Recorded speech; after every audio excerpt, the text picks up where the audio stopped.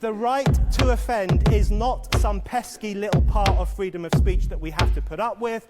It is the heart and soul and lungs of freedom of speech.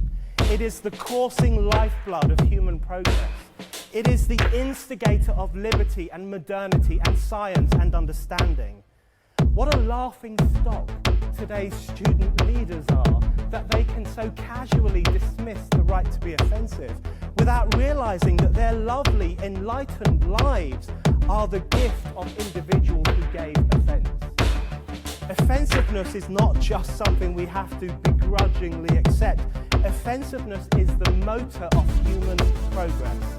Now broadcasting from the Right to Offend Media Studios in sunny South Florida, bringing you the latest in politics, current events, art, and pop culture. This is the Whitfield Report Live with Sam Whitfield. But giving offense is good. In fact, it's essential.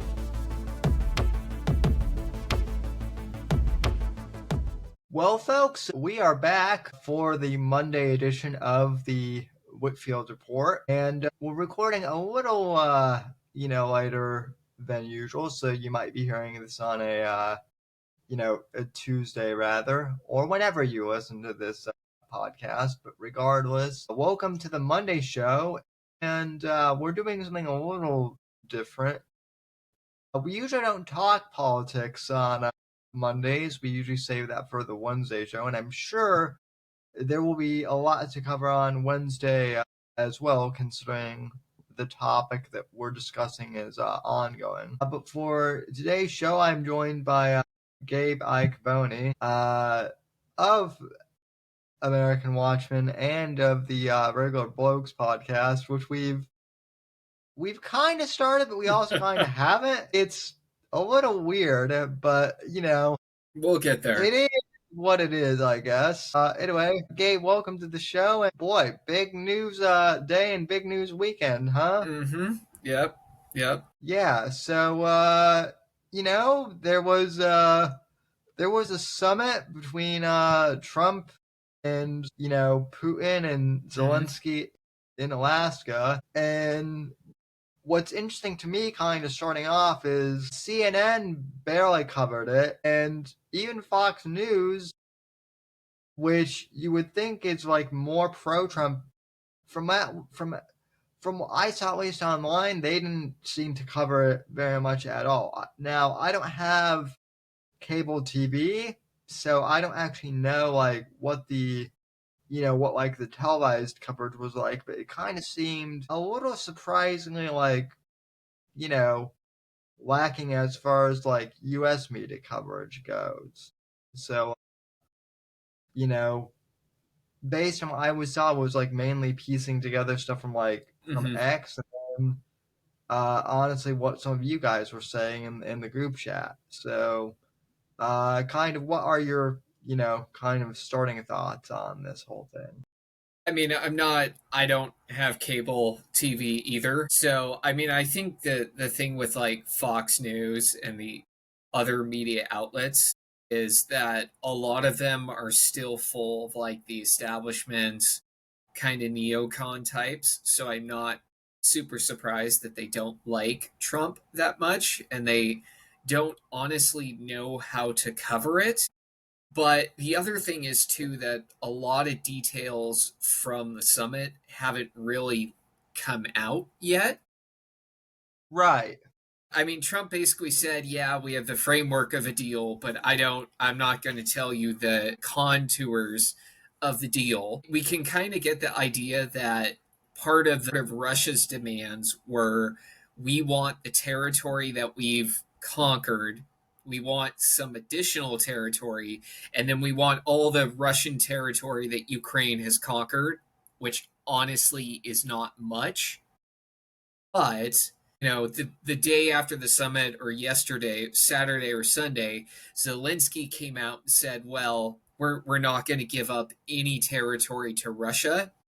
And realistically, the only way there's going to be a peace deal is if Ukraine gives up territory, because there's no way that Ukraine is going to take back all the territory that it's lost to Russia. So, right.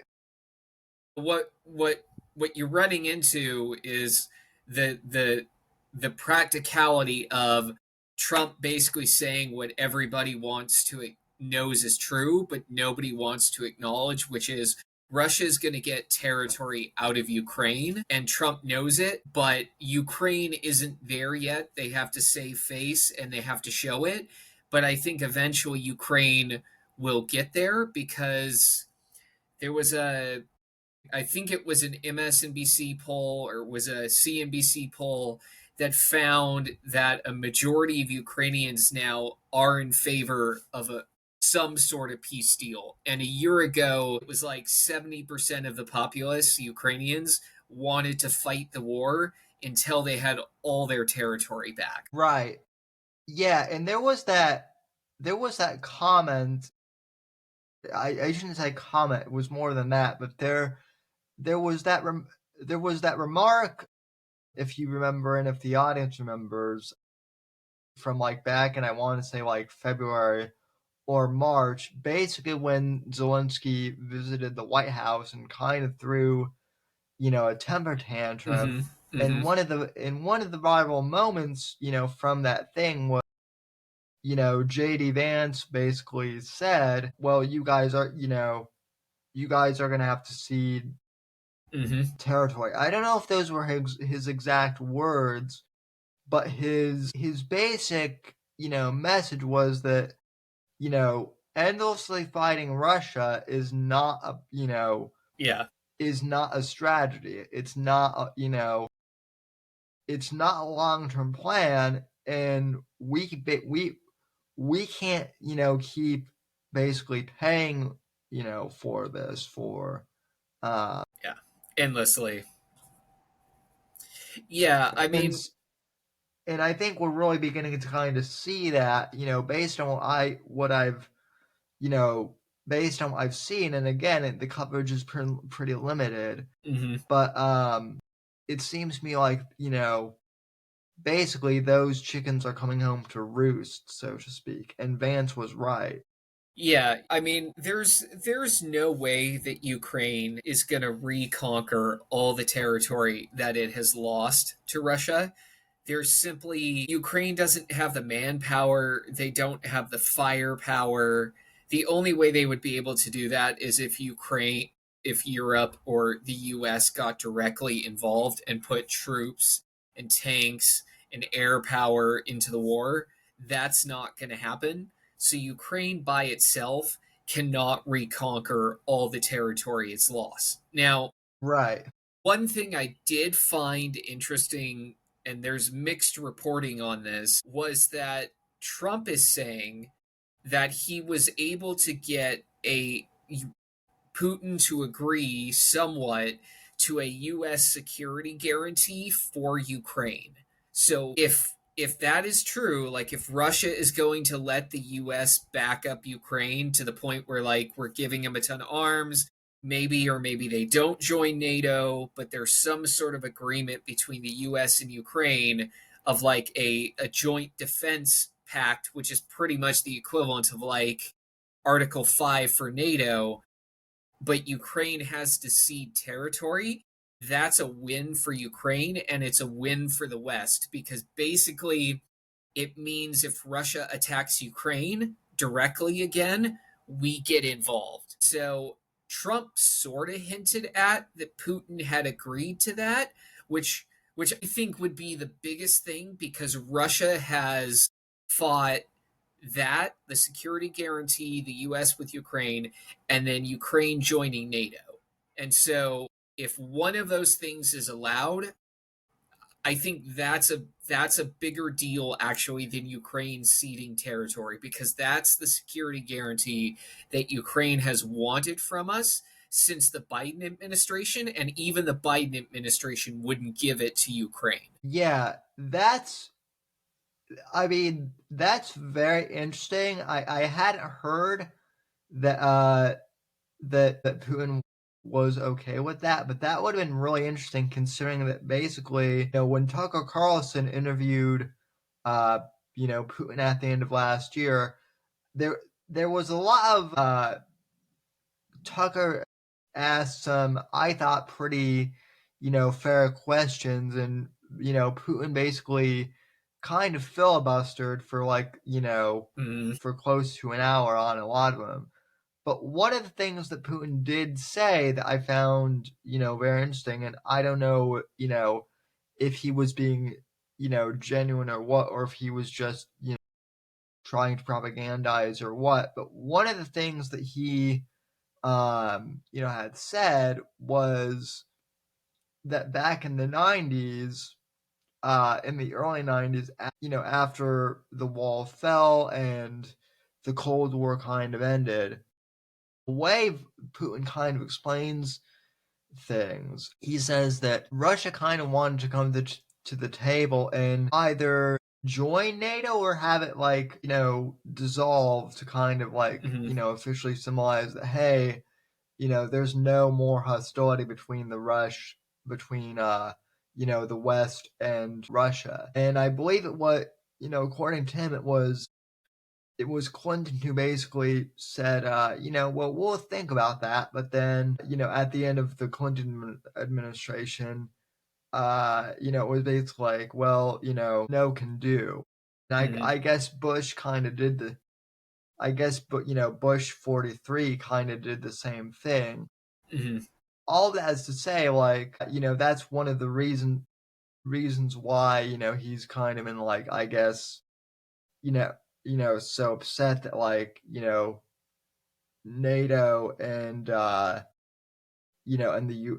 Mhm. the US is backing Ukraine. So for him to be okay with, Ukraine joining NATO is kind of a surprising move. If true, I guess. And Yeah. I I mean, I think it's an acknowledgement by Putin of the reality of the situation, which is that, and I do give Trump some credit for this, that because of the way things have played out over the last few years, and especially the last year with Trump in office, Europe is almost fully galvanized against Russia to the point that we're almost back in like the Cold War.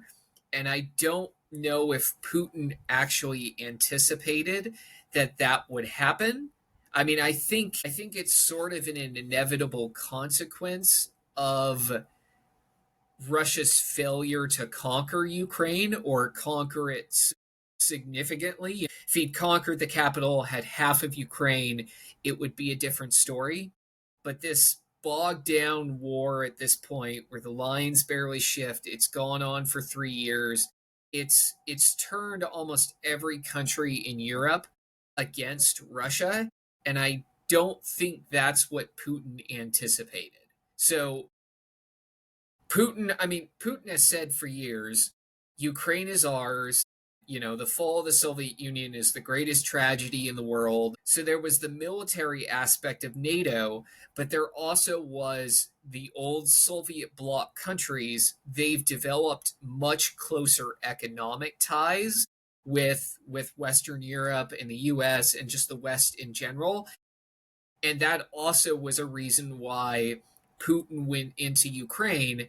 And if he had succeeded in conquering Ukraine or having the war go much better than it obviously has, he would have much more leverage to put pressure on these other former Soviet bloc countries and say, come back to economic ties with Russia. Our economy is strong, yada yada yada. And instead, a lot of those Soviet bloc countries have furthered their ties with Europe economically and now militarily. So he's he's basically playing with a hand where he has like one card left, and his one card left is, well, I can get as much as I can out of Ukraine, but that's about the only card he has left to play.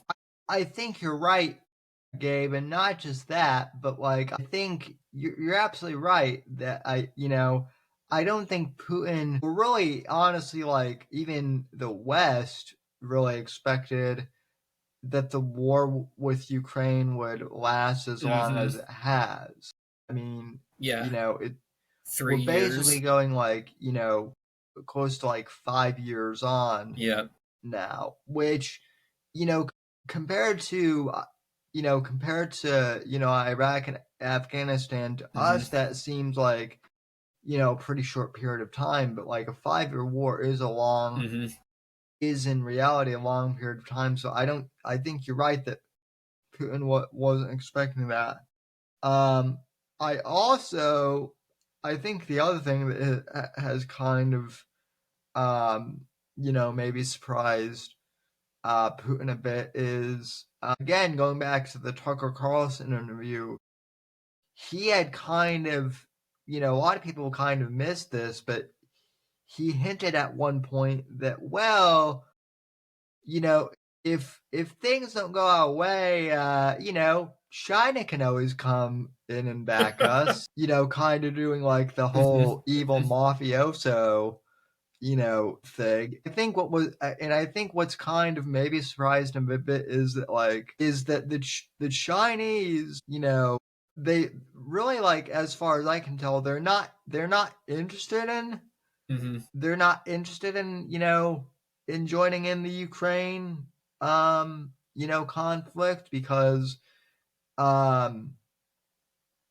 they really, there's nothing for them to gain from it, really. Um, so China's like, well, why would we bother? And I don't think Putin was really maybe expecting that either.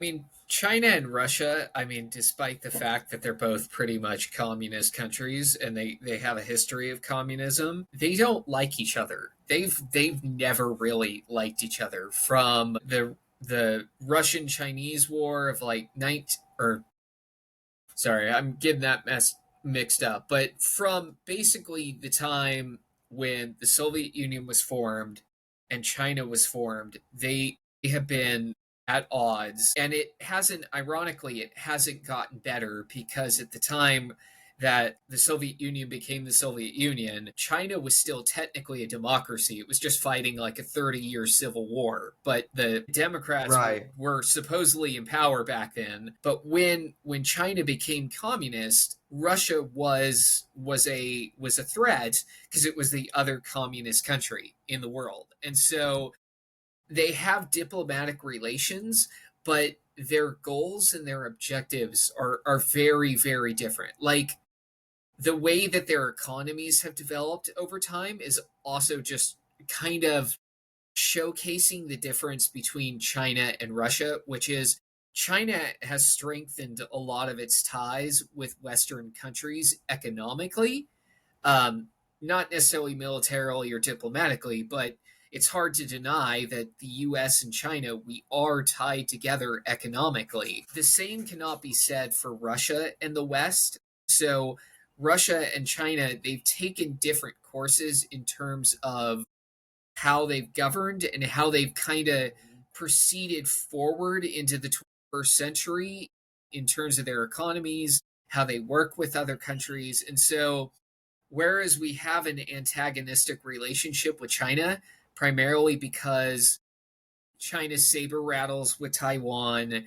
and China definitely manipulates their market and punishes foreign companies that come in for things like trademark infringement. Uh, they at least allow those countries to come in, those businesses to come in and actually provide economic development, whereas Russia almost doesn't do that. And Russia's behavior with the West has basically ensured that they're going to have a ton of sanctions dropped on them. And Russia has actually obviously gone to war with Ukraine. So they've taken it a step further. So whereas China has found a way to coexist with the West and be successful with the current geopolitical paradigm, Russia has not. And it's kind of a microcosm of how Russia and China have dealt with the world as it's changed, how their governments have changed, and how they've dealt with the post Cold War era. Yeah, I mean, I think, you're absolutely right in regards to China.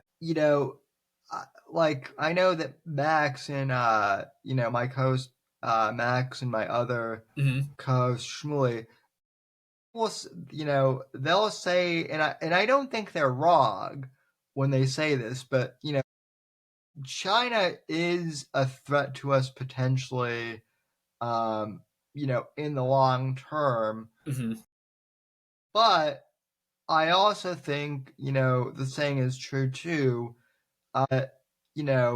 Trade is kind of, I don't want to say the deterrent because that might not be the exact right terminology, but basically, the old economic saying goes is that if you're doing,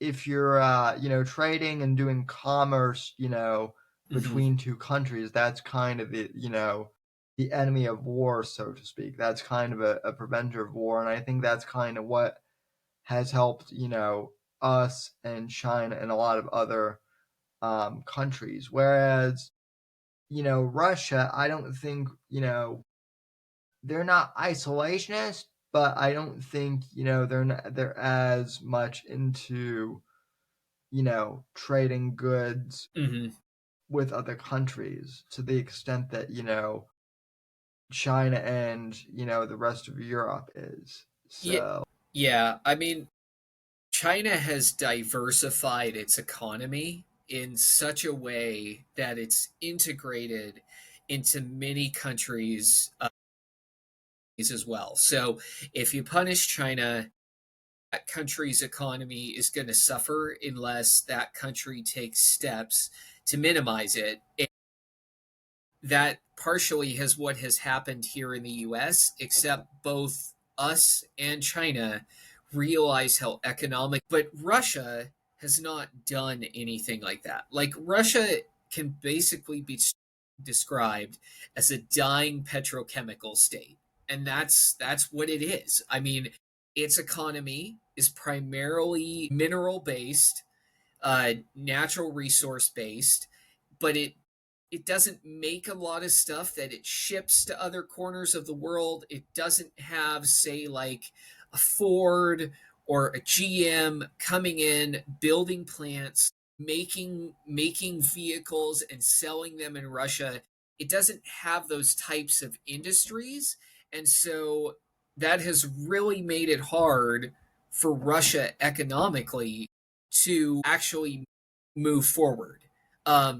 Which right. which ironically Putin has used as an excuse to go after Ukraine because he's like, the West is interfering in all this stuff, so we need to go take back these countries that or territory that we lost.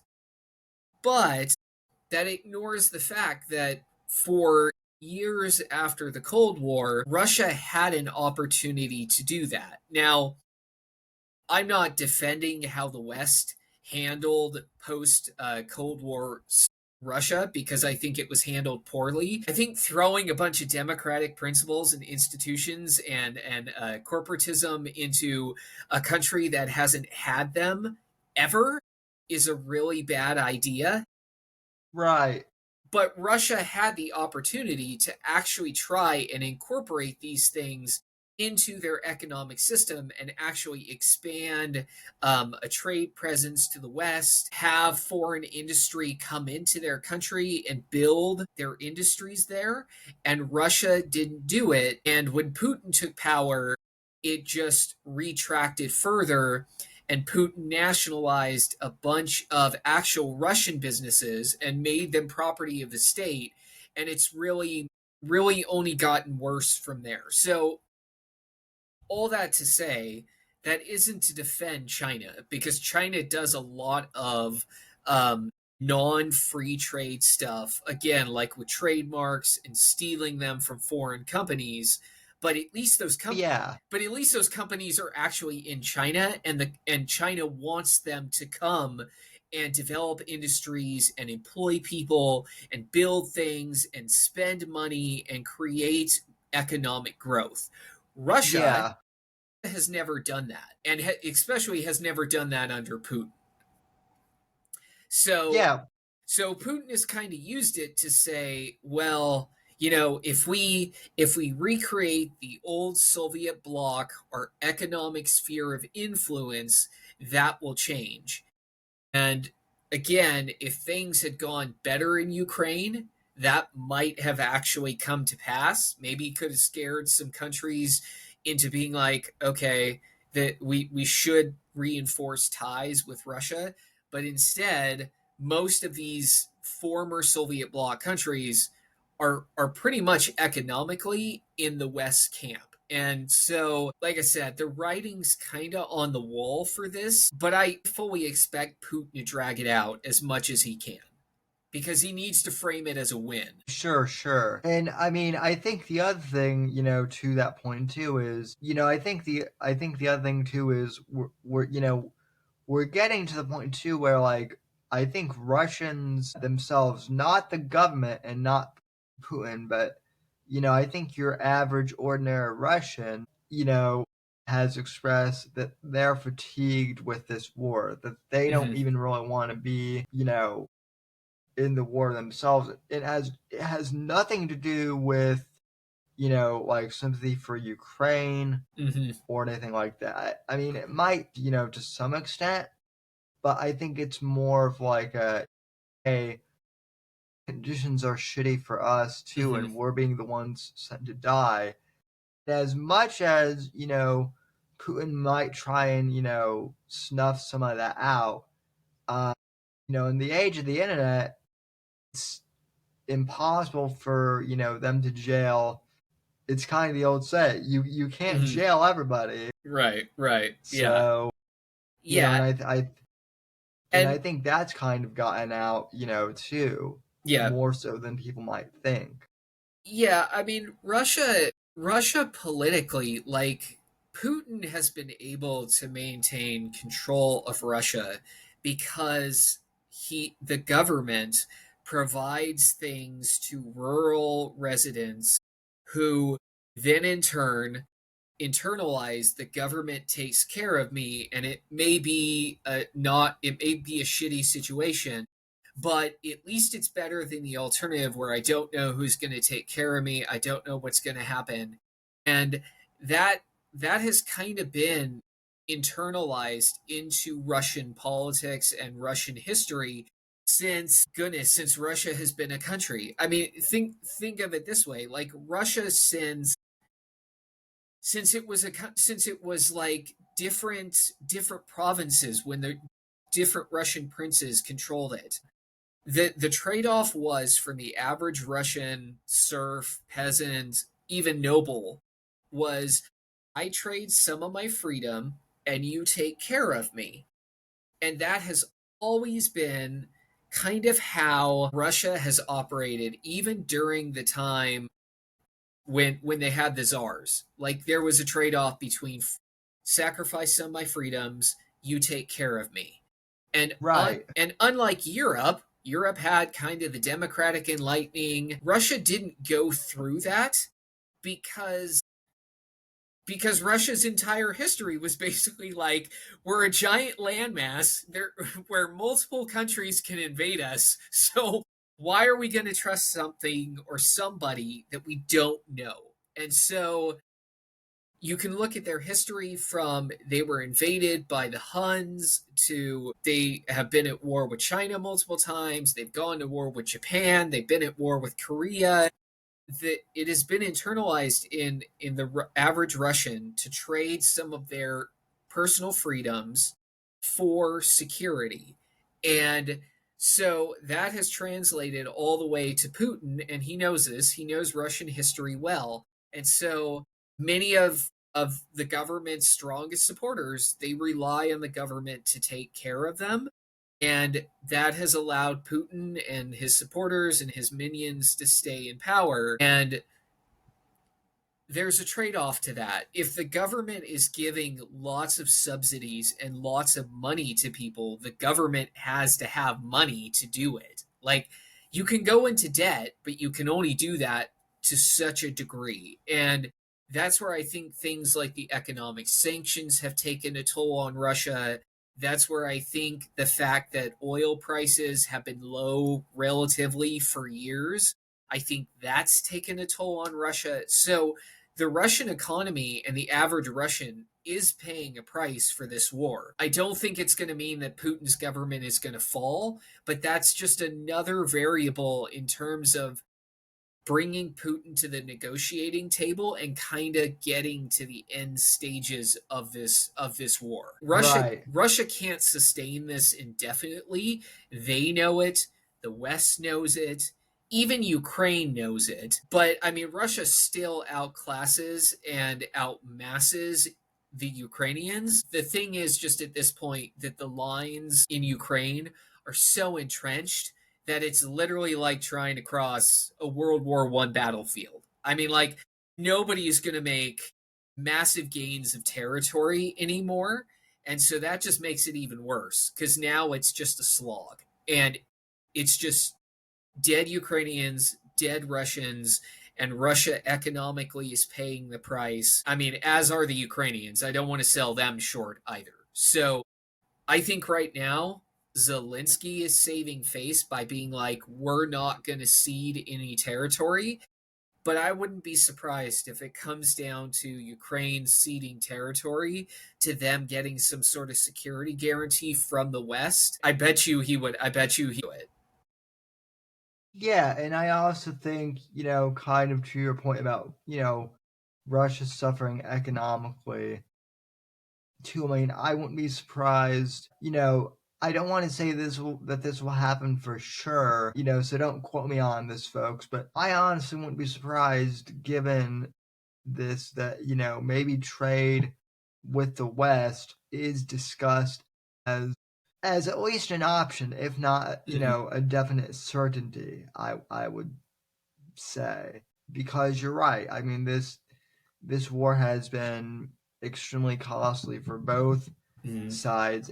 And I think at this point, basically Russia and Ukraine both are kind of like trying to see who's going to give up first, basically. Who's going to blink first in this, staring contest. Yeah. And the other thing is too, like, the longer the war drags out, ironically, probably the stronger Ukraine gets militarily because Europe is providing them materials and training. And contrary to like Trump's bluster on Ukraine and how much he dislikes what Biden has done by giving them weapons, Trump is still giving them billions of dollars in military equipment, weapons, aid. So it's not like Trump is unilaterally being like, we're just walking away from this. The US isn't involved. Russia, go to town. Now, that's what the left likes to tell you and what they probably honestly believe, but that's not the case. Like, Trump, I think he gave him like another 70 or 80 billion dollars in military weapons and aid. So it's not like Ukraine is going to ever lack for support from the West. They will always say, we need more, we're running out, we need more support, but they're getting substantial support from the West. So Ukraine has more of a manpower issue than they do an equipment issue. And that's not going to change. Well, again, I mean, the left has, I think they've purposely kind of omitted, Trump and Vance's point of, I will say I think the biggest change between Biden and Trump is Trump is still supporting Ukraine, obviously, but Trump, to the best that he can, I think is trying to hold like Zelensky's feet to the fire a little more of, hey, you really do need to go to the table and at least like hear, what the options are for a ceasefire. Yeah. It's interesting to see what the left behaves like. I mean, on social media, and social media is not the real world, I fully admit, but it's been interesting to see some of the memes that have and some of the videos that have gone out on Twitter where there's a random photo of when Obama met with Putin at some summit somewhere, and Putin and Obama are in the frame, and Putin's staring at Obama, and Obama is just looking up like, I can't be bothered to deal with this guy. And the every post I've seen on is like, this is how you deal with dictators, or this is how you deal with tyrants. And it's like, yeah, but that's also how you don't solve issues either. Yeah, but then like and I have seen those memes, but then as I pointed out, like, to some of these, lefty posters on Twitter, they all conveniently forget too. And I am not the biggest Mitt Romney fan by any He said they were a threat. But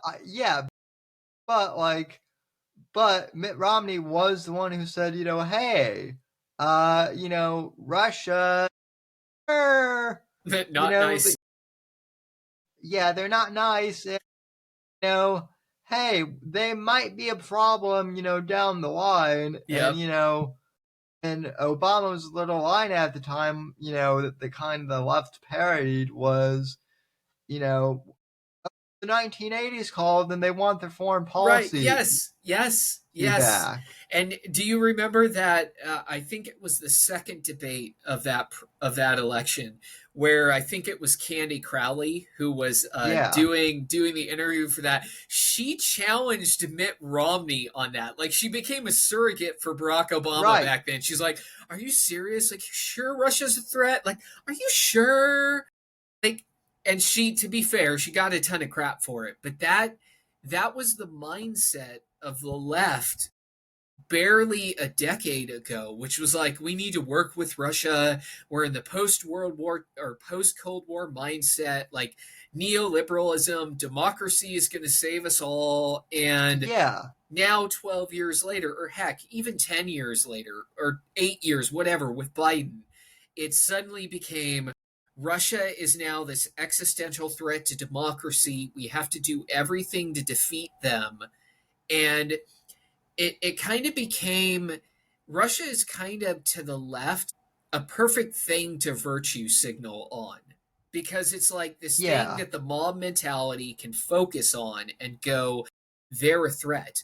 But then when you actually try to have a substantial, nuanced conversation on it, it's just straight up, they're a danger to democracy. We can't work with dictators. How dare you talk to this person? Like, you can't do that. It's like, how do wars end then? Right. And if you even ask them, like, okay, why is this war happening at all? Now, granted, there are a lot of conservatives who can't answer that question either. But if you ask like your average, liberal, Twitter user who is just, doing the talking points, they'll just say stuff like, well, Putin is bad. And it's like, well, yeah, but like Putin's been in power, since like, 1998. Yeah, the 90s. Yeah, like, why now? And they won't be able to give an answer because they don't know themselves. And then, when you, and, again, going back to the whole Mitt Romney thing, like, say what you will, but he, it is kind of amusing that you bring up Candy Crowley because Candy Crowley kind of scoffed at that, a decade ago. And then I believe it was in this most recent election when she was kind of like, towing the line on, we need to fight against I mean, Russia.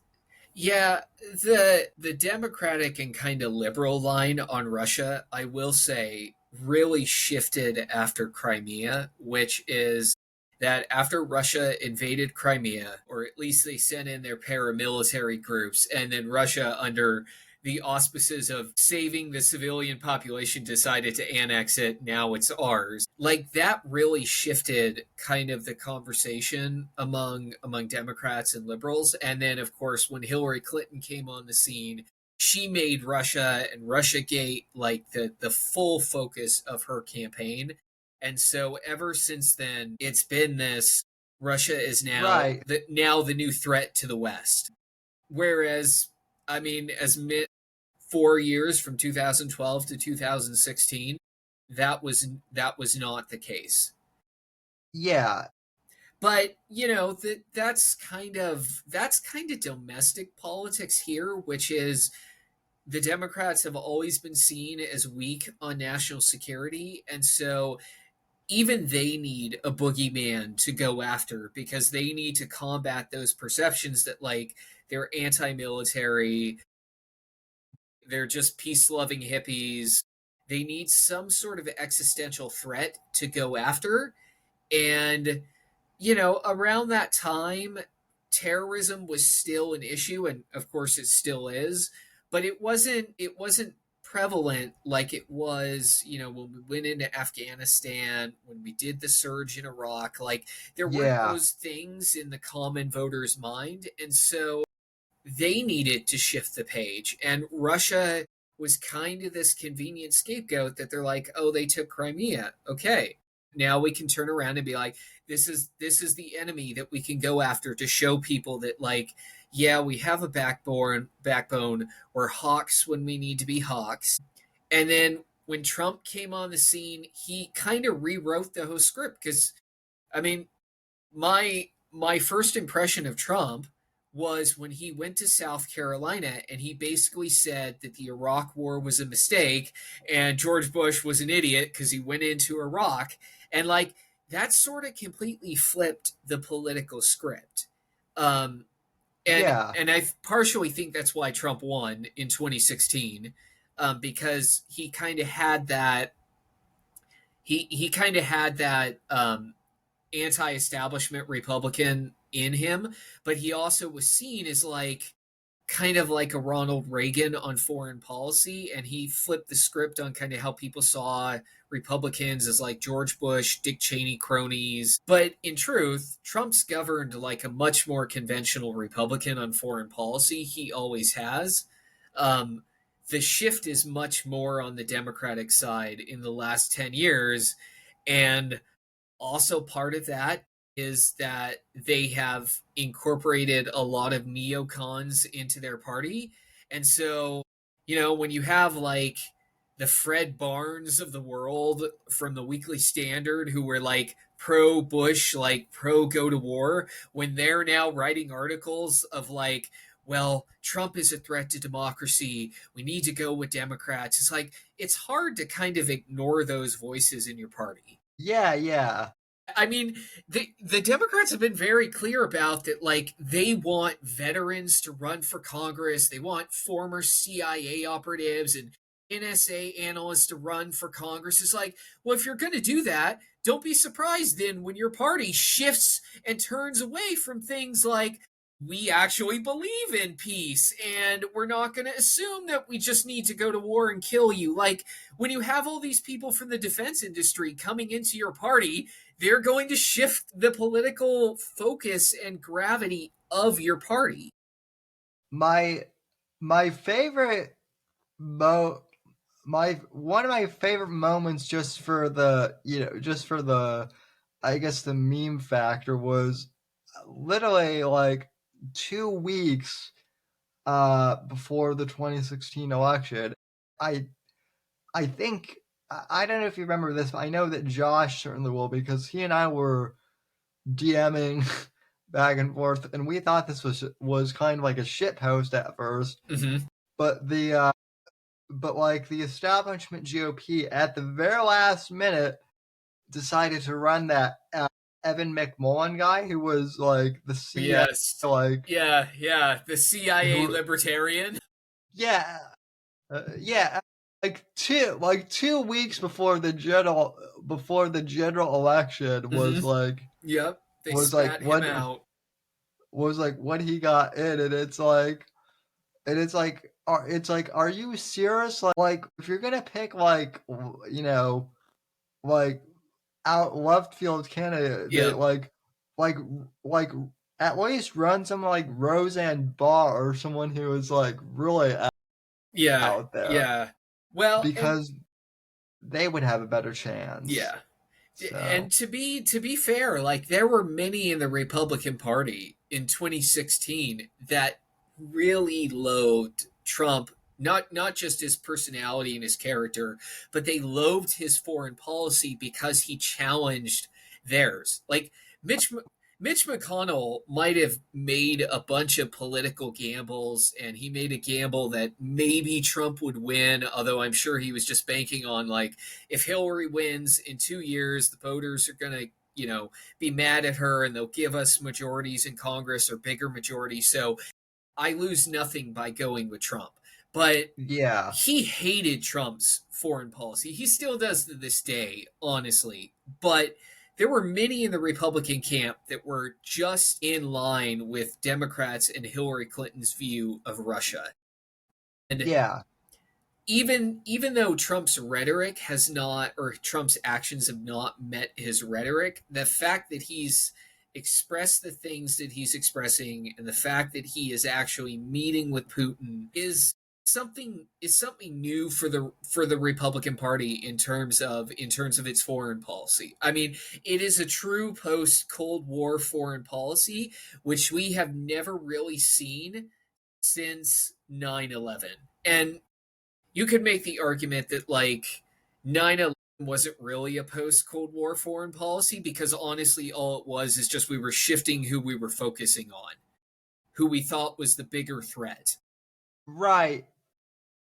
I think the other thing too is, we look at the post 9/11 era, and I definitely do think that there are differences, but I think that's the other kind of thing with the summit too is, I think a lot of people are kind of like looking at this whole Ukraine Russia thing. Mm-hmm. And one of the things that I did notice, and I don't know, I can't remember the guy's handle on Twitter, so I apologize, but there was one user who made I thought it was pretty profound, tweet that basically, I think one of the things that people are hoping that this summit accomplishes is that the resolution can be quicker, because what we don't want to have happen is that Ukraine and Russia fight with each other for the next 20 years. Yeah.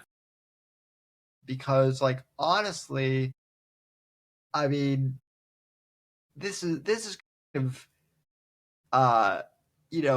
this is kind of almost embarrassing for me to think about, but like, I was in second grade or third grade when the war in the Middle East started, Mm-hmm. and by the time we pulled out of Afghanistan, I was literally graduating college at Yep. age 27.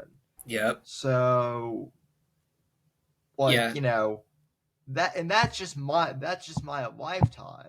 Yep. Like, that's and I think a lot of people are kind of like, well, we don't want Russia and Ukraine turning into another Middle East Yeah. situation. Yeah. And even as a proxy war, obviously from a lives perspective, a human cost, it's expensive. Yeah. But financially, it's expensive too. 20 years of war in Afghanistan, and 12, 13 years of war in Iraq, or 10 years, give or take, was hideously expensive as well. And so fighting that war endlessly would mean that, of course, we would get dragged in some way, and we'd have to stay in. And that's honestly not sustainable. Right. And you always have the possibility, as long as there's open conflict, that the conflict escalates in some way. You know, a rogue Russian general, and this sounds more like a computer game than anything else, but it's possible. A rogue Roman general goes into another country and attacks a village, and that country then responds or threatens to respond. Like, there's always the chance that the war can escalate and go further. And Russia is still a nuclear power, so there's always the small chance that Russia does something irrational and actually takes that next step and launches a nuke or you know, delivers a tactical nuclear warhead. Right. That's the practical reality of having an endless conflict in Ukraine. But you know, when somebody who happens to be Trump tries to end the conflict, then people are just then the left is just like, oh well, you're capitulating to tyrants and dictators. It's like, yeah, but the trade-off is that we have an endless war, more people die, and you have the endless potential of the war escalating to a point where even more people die. So, you know, which path do you take? Yeah. Well, and that's, you know, unfortunately, that's kind of always the, you know, that's kind of always the cost of, Yep. you know, war. You Yep. know, even like look back at like World War One, even, you know, the treaty that basically ended World War One gave Germany a really bad deal. Yep. And a lot of historians look back and say, well, that's what caused, you know, World War II and the rise of the, you know, the Nazi Party. Yep. Was, you know, was that, you know, Germany kind of got, you know, screwed over in the worst possible way. Yeah. You know, hindsight is always 2020. But I think that's another thing too, is, you know, war is costly, and no one is ever going to get, you know, completely what they want in Yeah. war.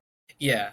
Yeah. And I will, you know, the thing is that the longer a country is under isolation, the easier it is for a leader to manipulate people into believing the narrative that they have created. And so, you know, that makes it easier for Putin to maintain power, even if people aren't happy with him, because he can continually frame the narrative of the West is derailing our economy.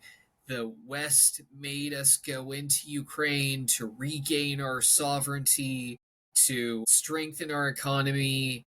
As long as that's going on, it makes it easier for him to frame the conflict as kind of an existential threat that has to be dealt with between Russia and the West. And that only makes it harder in the future for Russia to ever come back into the global sphere.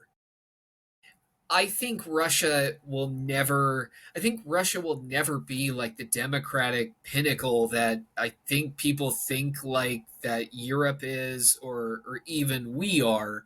It's going to be something that is shaped by its history, and that's a trade-off between personal freedoms and military security. Yeah. That's what China is now. China is still an authoritarian state, but there's a level of economic freedom that the state has provided to become more sustainable. The same with South Korea. South Korea is a democracy, but it is very much a strongman democracy. Right. It very much is not very open markets because they heavily subsidize their industries. They got there by being very non-human rights in the 70s and 80s when their leadership built their economy. And kind of the same thing is happening in places like Thailand and Cambodia and Vietnam. Like, those are countries that are democratic in nature, and they're allowing some economic freedoms, but they're still very much like strongman type governments. But that's probably the best you're going to get. You can't put an American style democracy in these other countries and just expect it to work. Like, we've seen this 100 times. We've seen this in Iraq, and we saw it in Afghanistan, and we saw 20 years of war in Afghanistan and 10 years of war in Iraq, and they're not American style democracies. But at Right.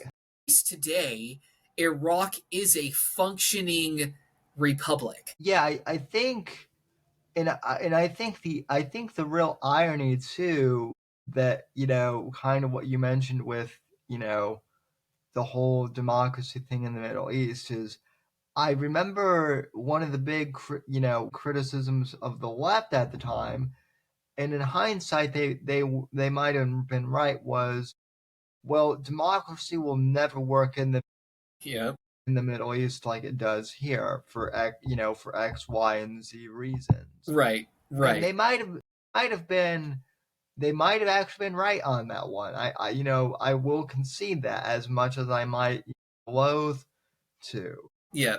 But at the same time, it is kind of interesting for those same people who are saying that, oh, well, democracy in the Middle East won't work, but it'll totally work in Russia if we, if we just kick Putin out. And it's like, yeah, it's like, okay, Russia might not like have the exact same religious fanaticism as like the Middle East does, but they lived under communism for so long, and then before that they were run by basically like a brutal monarchy too. Yeah. I mean, the thing about something, and there's lots of differences between obviously Iraq and Afghanistan geopolitically and internally, but the thing about Iraq is that it has a functioning government. Some would call it democratic. Probably our version of democracy, it wouldn't, because very clearly their religious identities are integrated into the political parties. So there isn't a separation of church and state, obviously. But Iraq very much also defines itself by being a geopolitical rival to Iran. And to Bush's credit, I mean, he played on that. Even Obama played on it after Bush, and that helped stabilize things in that country. Yeah. Afghanistan never had any of that. Afghanistan shouldn't even be a country, to be honest. It's like 20 different countries rolled into one because of its geography and its tribal identities.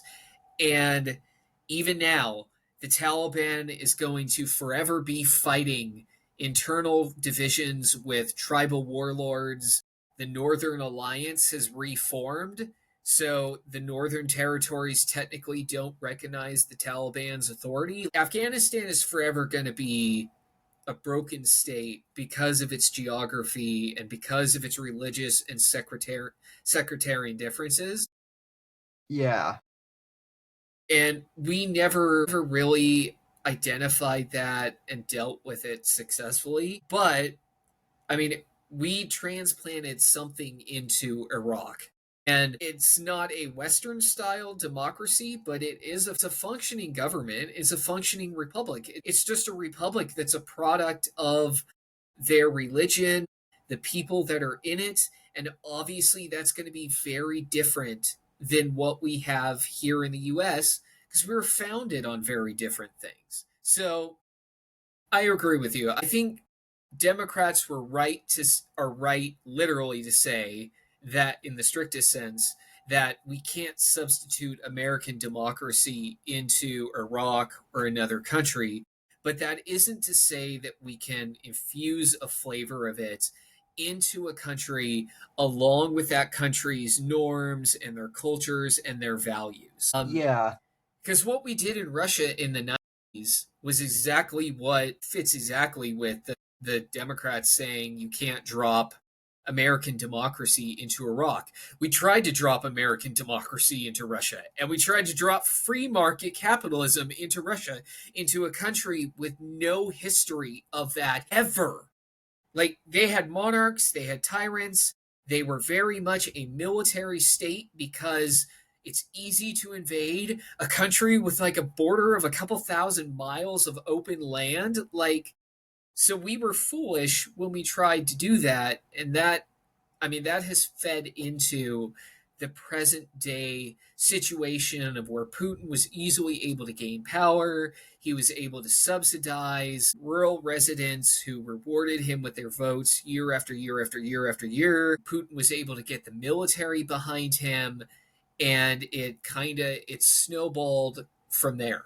Whereas other countries have just not taken that route. Yeah. I mean, in this kind of, granted, this is just one anecdote, from someone who I know, but one of my classmates from college, his dad was originally from the Soviet Union, Mhm. and basically like left kind of, in the 90s once the wall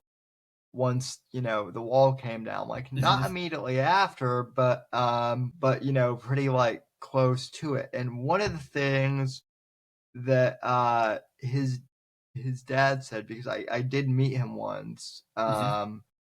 was that, after the Cold War, like it was weird because all of a sudden, all these, old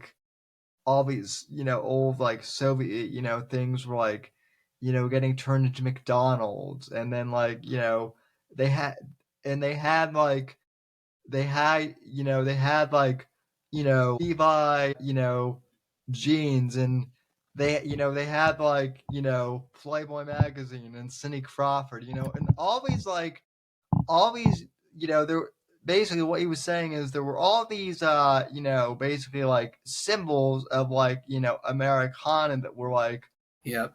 popping into Russia, Mhm. but that's pretty much all there was. There was all window dressing, but it wasn't like they had, like, no one from the State Department, as far as I can tell, and as far as he could tell, like, really came over to like, really like, whisper in, Gorbachev's ear of, Mhm. hey, here's how, here's how we might, here's how, you might want to do democracy. Yeah.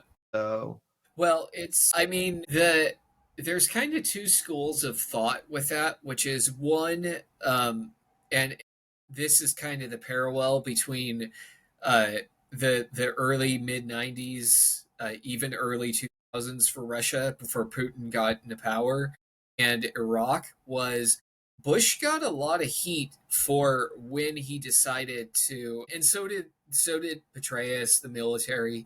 They got a lot of heat when they decided to bring in the government a lot of former Saddam loyalists, bureaucrats, military leaders, whereas Gorbachev and Yeltsin, they didn't with their own governments. So, like Putin was out of a job for a while, yeah.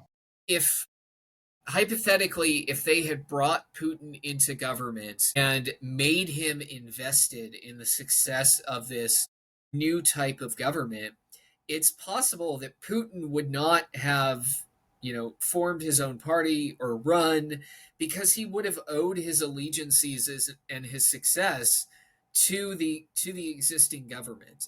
And that is partially what the Bush administration, when they were in Iraq, that's what they banked on, was like, these guys are going to be out in the middle of nowhere. They're going to be milling around. They're going to have lost their money, their power, their prestige. They're going to be angry. And we need to bring them back into the fold so that they can feel like they're invested in something. And it worked to a degree. I mean, it worked to a degree. They didn't do it for everybody, and so that's why you had like the insurgencies that raged through '06 and '07, and the warlords that popped up. But in my mind, from what I've seen and read, it was mostly successful. Like some of those people are still in government in Iraq today. And I'm not saying they're good people, but they're invested in the government's success at this point. And so there's kind of a lesson to be learned by that, which is you have to work with the devils that you know. You can't just Right. you can't be this high-minded person who's like, I'm never gonna work with these people. Like, oh, this warlord in Afghanistan, he butchered a bunch of civilians and I don't want to work with him. Well, okay, then he's probably not gonna trust the government, and at some point he might actually raise arms up against the government. Oh, Yeah. that's why we bribed a bunch of warlords, because we were like, we want you to participate in the government. Here's some money to help you, to make you and help you do it. I'm not saying that was the successful way to do it, because it really wasn't. But we did try to bring them into the Afghanistani government, but there were a lot of issues with the Afghan government too that went beyond us and were corruption among the inner circle that ran the country. Well, you want to talk about like existing governments and whatnot. I remember, one of the big things that Obama ran on was that he was going to, close Guantanamo Bay, Mm-hmm. and that Mm-hmm. he was going to end the Patriot Act. Mm-hmm. And, now, granted, like I certainly think he should have ended the Patriot Act for sure. Yep, agreed. That would have been good. However, like I do think it is kind of telling. I mean, Dennis Miller made the joke, and I think it was pretty telling that every president, no matter what their campaign is, Mm-hmm. on day one, they make all the campaign promises. Yep. But on day one, their national security advisor, hands them this is how fucked up the world is in reality. Yeah. Yeah, this is how fucked up the real world is. Yep. Yeah. And so, like to Obama's credit, like is Gitmo perfect? No, we can debate that, but like yeah, obviously you don't want to just like close it down and just like have terrorists like mm-hmm. Able to go wherever. Well, because I think it'd be front page news if those terrorists went back to their home countries and committed other acts of terrorism. Like there's a political consequence to it. And then the counter has always been like, well, what are you going to do with these people that were in Guantanamo? You're going to bring them on. You're going to bring them on U.S. soil?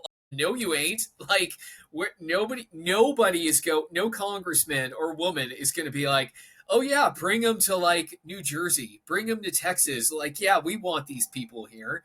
And so that's even if it's like some off the books, like black site facility in the U.S. Right. They don't even want that. For reasons. Yeah. So I mean, that's a perfect analogy for perfect parallel for Russia, which is that if you don't talk to Putin, as bad a person as he is, and he is a bad person, I don't like him. I don't think anybody really likes him.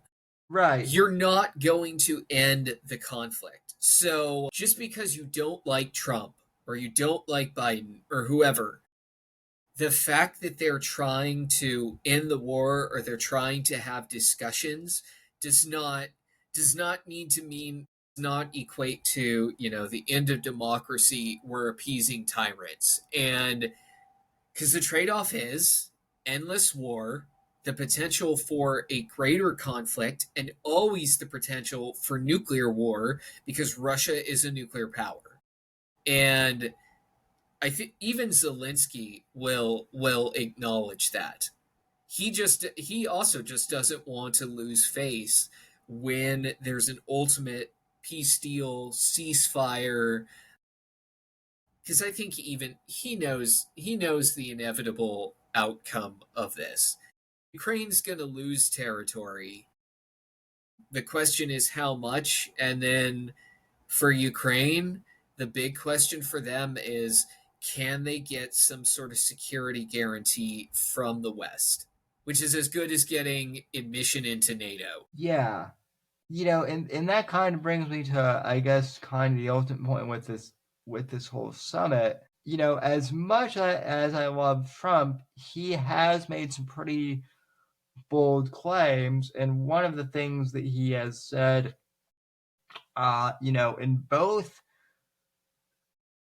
in basically like all of his in basically both of his campaigns, at least since this whole conflict has started, is, well, I'm going to end the war between Russia and Ukraine. Mm-hmm. And I mean, I certainly think Trump is egotistical enough, for better or for worse, to think that he can do that. Yeah, for sure. I like there's no doubt in my mind that Trump thinks he can do that, okay? Mm-hmm. But whether or not he can do that is another question. Yeah. And so I guess kind of the ultimate question, and why we're here, is what do you see as kind of the end goal of this summit?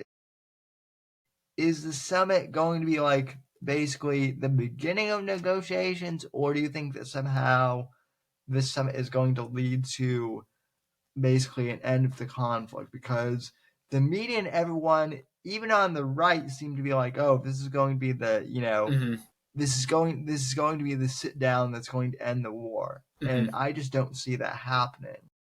No, I agree with you. I think that the summit on Friday was a good first step.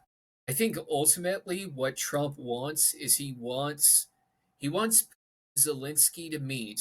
Whether the US is directly involved in that discussion, I'm not 100% sure if Trump wants that, but I know that Trump wants trilateral discussions, which means the US is either directly or indirectly involved in those discussions with Russia and Ukraine, because Ukraine wants stuff from us. So we have to somewhat be involved in those discussions. But Trump wants Zelensky and Putin to be in the same room together. Now, they're not going to be doing the bulk of the negotiating. That'll obviously be between professional diplomats, but the ultimate goal is to get those two in a room and have them either individually, most likely individually, or even if possible together, say we have the framework of a deal for peace or ceasefire or something like that. I don't think that'll happen. I think either something like a ceasefire will come and Zelensky will announce it with Trump, and then Putin will announce it, or Trump will announce it and Zelensky will announce it. But the idea is to get Ukraine and Russia, Zelensky and Putin in the same room to have discussions. One of the things that I'm curious about is, I think one criticism of Zelensky, and I'm not Ukrainian. It could be a cultural thing. It seems like at least to me, basically Zelensky kind of has the kind of pouty temperament of like, well, I just don't even want to talk to Mm-hmm. to Putin or even be in the same room with him. And Yeah. I think even people who are sympathetic to him are starting to say that's a bad look. Like, yeah, Putin's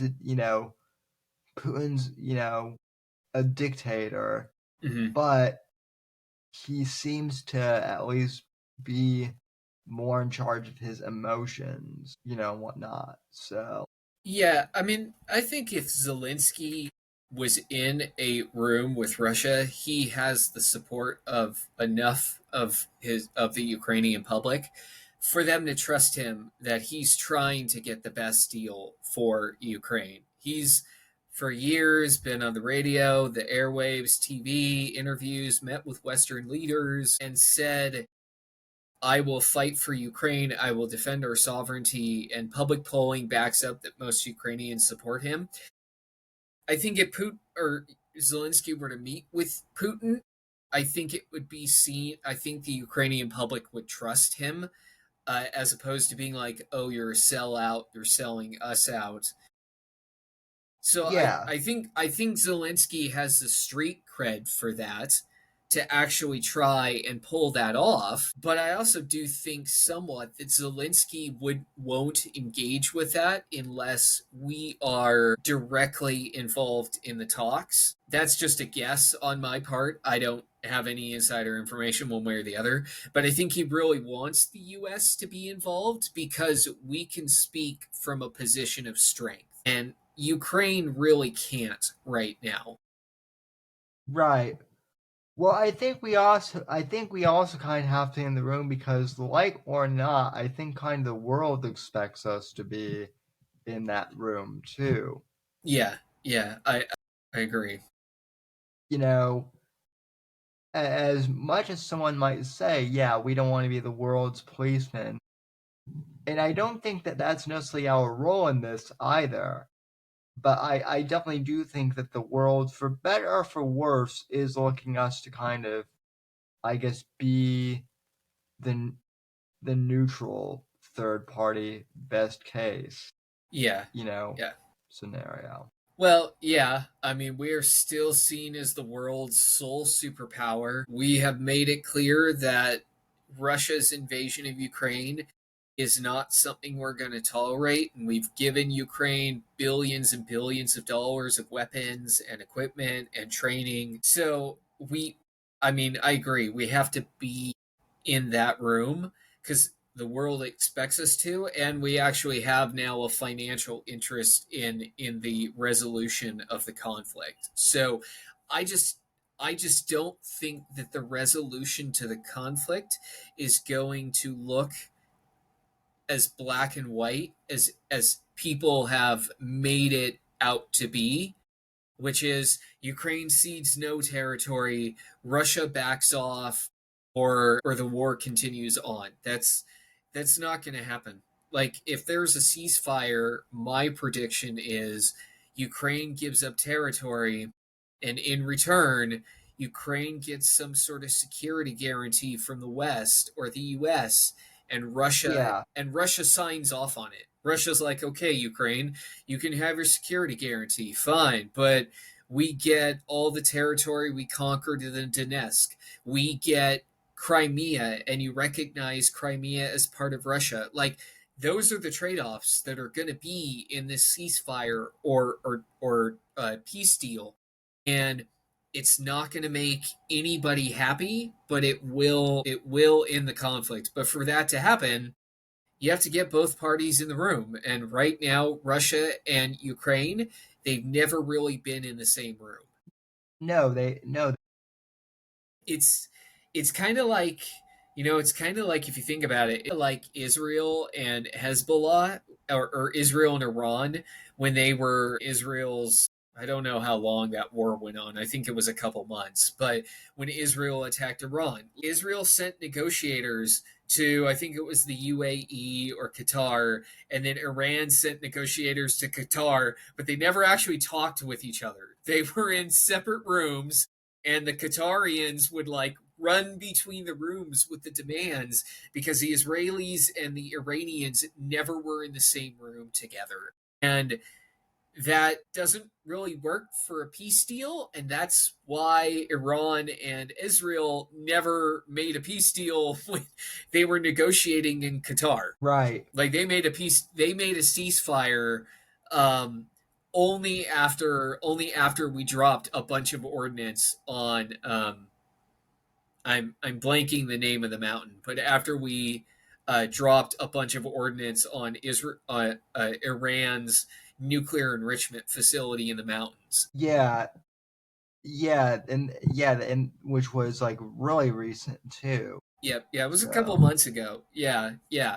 So, I mean, that kind of upset the apple cart when it came to focusing on Ukraine. And so that's where the majority of obviously Trump and the administration's efforts went. But when that ended, the focus shifted back to Ukraine. And you have to meet with somebody to make a peace deal. So yeah, no, like I said before, nobody likes Putin. But if you're gonna have a ceasefire or a peace deal, somebody's got to meet with the dude. I mean, you can't just have this war in perpetuity when neither side is willing to say uncle. yeah. I mean, and at the very least, I don't think that this summit is necessarily going to solve everything. I do think it's going to be an important first step. And Yep.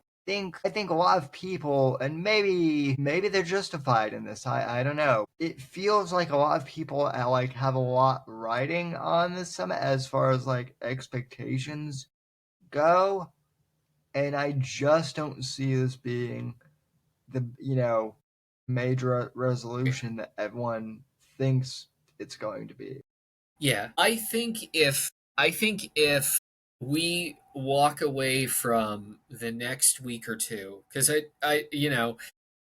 Trump said he had the framework of a deal with Putin. He didn't really say what that framework was, although he did say like there were things that we still disagreed on. If in the next week or two we start hearing from people that there is the framework of a deal between Ukraine and Russia and it leads to more discussions, then I think we are on the path to some sort of ceasefire and some sort of peace. But, that would never have happened if Trump had never met with Putin on Friday. Like, Right.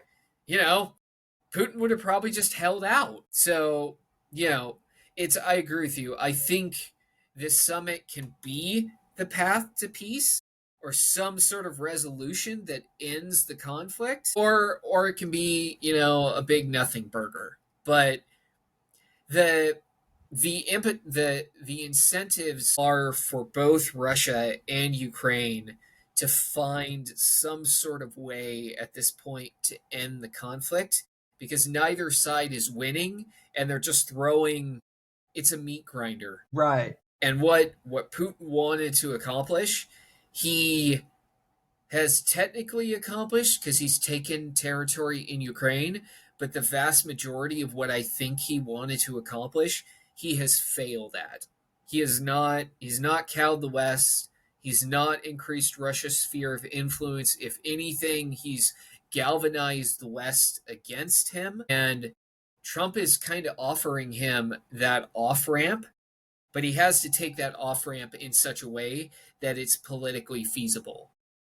Yeah, and again, I think the other thing too that like he wasn't like counting on too was, like he himself has said that he wants Ukraine to still be viable, and if I can't remember the exact phrasing, but it's basically like, if he has to bomb all the land, then what good is it going to be for him? Yeah. You Yeah. know. And at this point, Ukraine's a military state. Like Yeah. it's not what he portrays it as, which is like the wheat fields of Russia. That's not what Ukraine is anymore. It is at least the eastern side of Ukraine is pretty much a bombed out husk where the only people that are there are soldiers at this point. Yeah, yeah. I mean, so again, even if they conquer Ukraine or even more territory, what they're going to conquer is square footage. They're not going to get anything out of it economically. And that was the portrayal that Putin made for this war, which was like Ukraine is the breadbasket of Russia. We deserve Ukraine. This will make our country stronger. It will make us more economically resilient. None of that is possible anymore. No, and it's largely by well, maybe not directly, but it is kind of by his own hand. So Yep. Yeah. Well, yeah. I mean, the early days of the war where Russia had these dreams of we're going to conquer Ukraine or cut it in half in 3 to 5 days. There was no way that was going to happen with the way that the Russian military structure operates. right, yeah, it just wasn't in the cards. Yeah. Yeah. Yeah. So, you know, now it's a stalemate. So, I mean, me personally, I hope and pray that there actually is a resolution to the conflict, because the alternative is no better. Like there's no high-mindedness to this anymore about like we're going to defend democratic principles and Russia's evil and Putin's a tyrant and a dictator. Well, if you believe that, you don't want to do anything about it, then the consequence is thousands of more people are going to die. I mean, Yeah, and it's a trade off. yeah, and I think the other thing that people are are starting to consider too is and I don't want to go down this rabbit hole for too long because I know it is getting late, but I think the other thing too is people are starting to consider that you know Putin might be a Putin may not be a great guy, but he might be better than other people Hmm. who could potentially run Russia. Yeah, yeah, that is And true. we don't necessarily know who those people are, but they might not be any better. They might actually be worse, considering Yeah, that like Russia is basically run by the Brodfa at this point. yeah, So yeah, yeah. I mean, it's it's interesting because then you get into like the geopolitics of we don't want a failing Russian state, exactly because of what you mentioned about the what ifs and possibilities and hypotheticals of you know the what happens to those nuclear weapons, who's in charge of Russia after Putin goes. So it is one of those cases where it's almost like it's better to deal with the devil that you know than the devil that you right, don't. And so making a deal with Putin is making a deal with the devil. Let's not kid ourselves about it. But it's better than the alternative of trying to deal with somebody that you don't know. yeah, I mean, yeah, and I because Putin has the incentive to end the war, and you don't necessarily have that with another leader. yeah, So I agree with you. I mean, the geopolitics of it are that we don't want a failing Russia. We don't want a Russia that also is belligerently attacking its neighbors like Putin did with Ukraine either. Putin has had plenty of an opportunity to escalate this war into a neighbor or escalate it further with, God forbid, nuclear weapons. He's chosen not to do that because he is to some degree a rational actor. And you can yeah, deal with rational actors. You just have to understand what motivates them and what their incentives are. And it's pretty clear what motivates Putin and what the incentives are. So if you dangle enough of those incentives in front of him, does he take them? And I bet you Trump dangled some of those in front of him. Like, you get territory, you can say to your people, you accomplished your job, you took back some of Ukraine, and now it's time to rebuild and focus on ourselves. Just like I'm sure Trump is going to try and sweet talk Zelensky and say, like, these are the things that you accomplish, these are the incentives that you get, and these are the ways that you can say to your people, like, we succeeded, we survived, we fought the red bear and we won, and we're stronger people for it. The the the deal is there for the taking. The actors have to act. They have to take it. what yeah, well said. Yeah, So I hope they do. I mean, I hope something comes out of this summit and we get a ceasefire either now or soon in the future, because I think it ultimately it will save a lot of lives. And the longer this war goes on, it's like World War I. Like the photos of those battlegrounds are just barbed wire and ditches, and it's being fought with modern weapons, so it's not World War I, but the battlefield is like World War I. It's just Yeah. there's it's not the 21st modern battlefield that I think a lot of military planners envision, which is like breakouts and using jets and drones and conquering hundreds of square miles a day. That's not the conflict zone in Ukraine, and it's never going to be. It's a meat Well, grinder and a slog. and I think in some ways, I hate to say this because this sounds horrific. What I'm about to say, and there's no good way. There's no good way to say this, but I actually think it's better that they have traditional warfare rather than like drone warfare or something like that. Because I mean, my God, drone warfare, war is chaotic enough as is. Mm-hmm.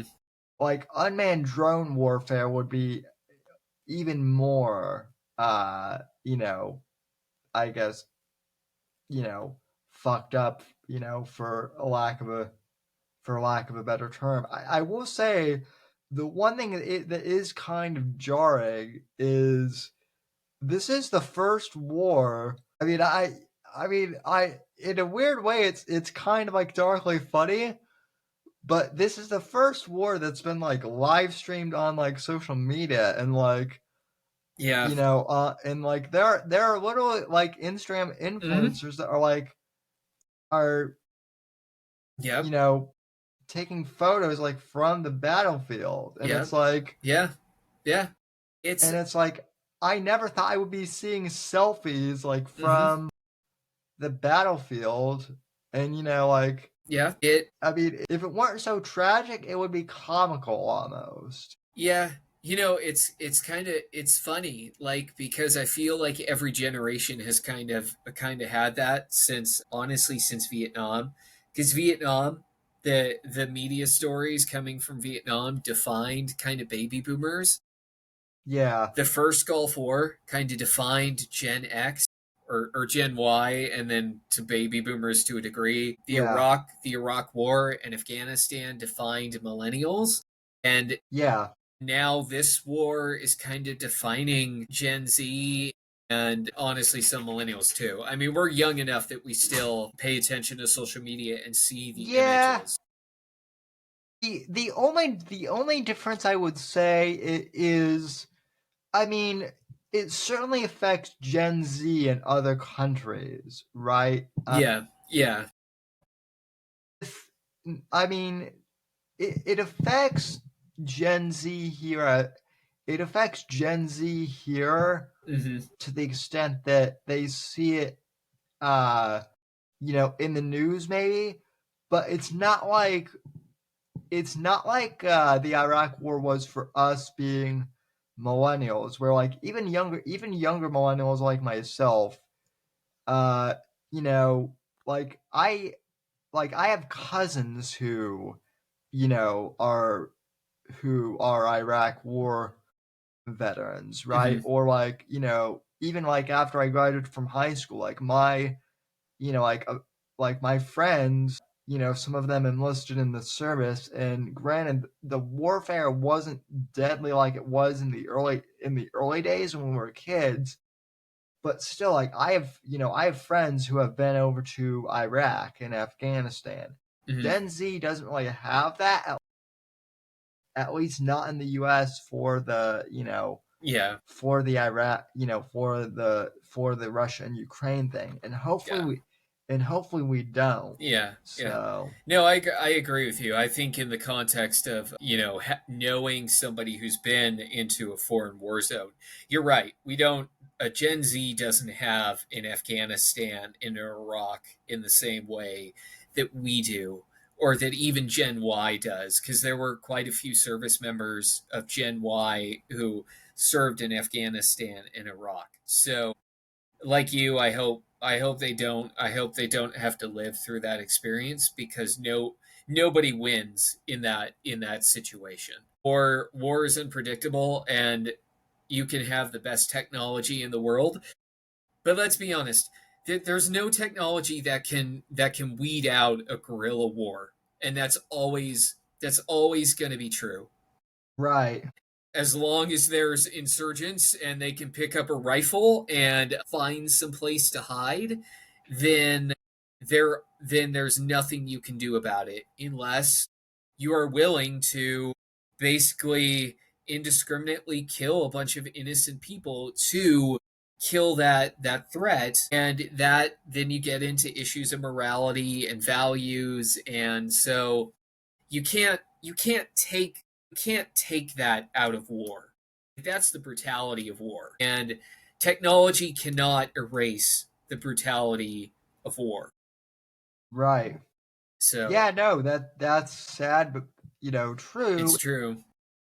That is something. It's very interesting that you say that, because as an author who writes in the thriller space, like a lot of what I write is fiction, but it is based off of fact to a certain extent. And I have interviewed a lot of authors who and just like people in general who have military backgrounds, or they've been in the service. Mhm. And that's been the one thing that they've all said regarding the regarding this Russia Ukraine thing, is no matter what generation it is, whether it be World War II, whether it be Vietnam, Iraq, Afghanistan, or the current conflict, Mhm.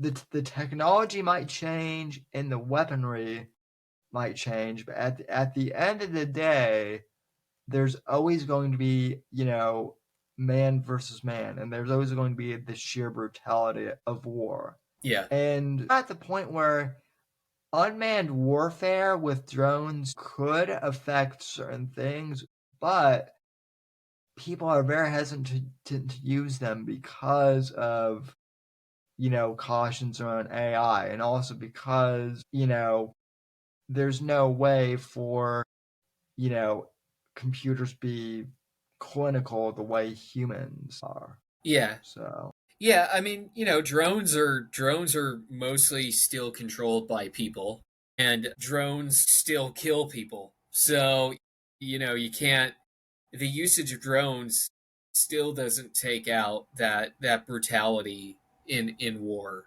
And so, that was kind of one of those weird things about, like American air power, and how it can win a conflict, and you don't, like, soldiers don't have to be in danger when they go in because American air power is so superior.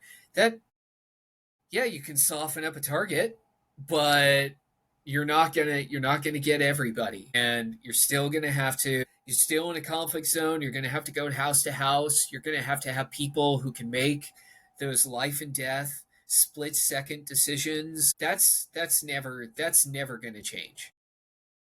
right. But especially when you have rules of engagement that say, like, you can't just shoot civilians indiscriminately. Like, we value life, and you can't kill 20 children to get a terrorist. Like, that's not okay. And that was one of the big reasons why Israel, and to this day, even with the West Bank, uh, why is or Gaza Strip, excuse me, why Israel is getting so much flack for how it's handling the Gaza Strip, because they very much are not abiding by those rules of engagement.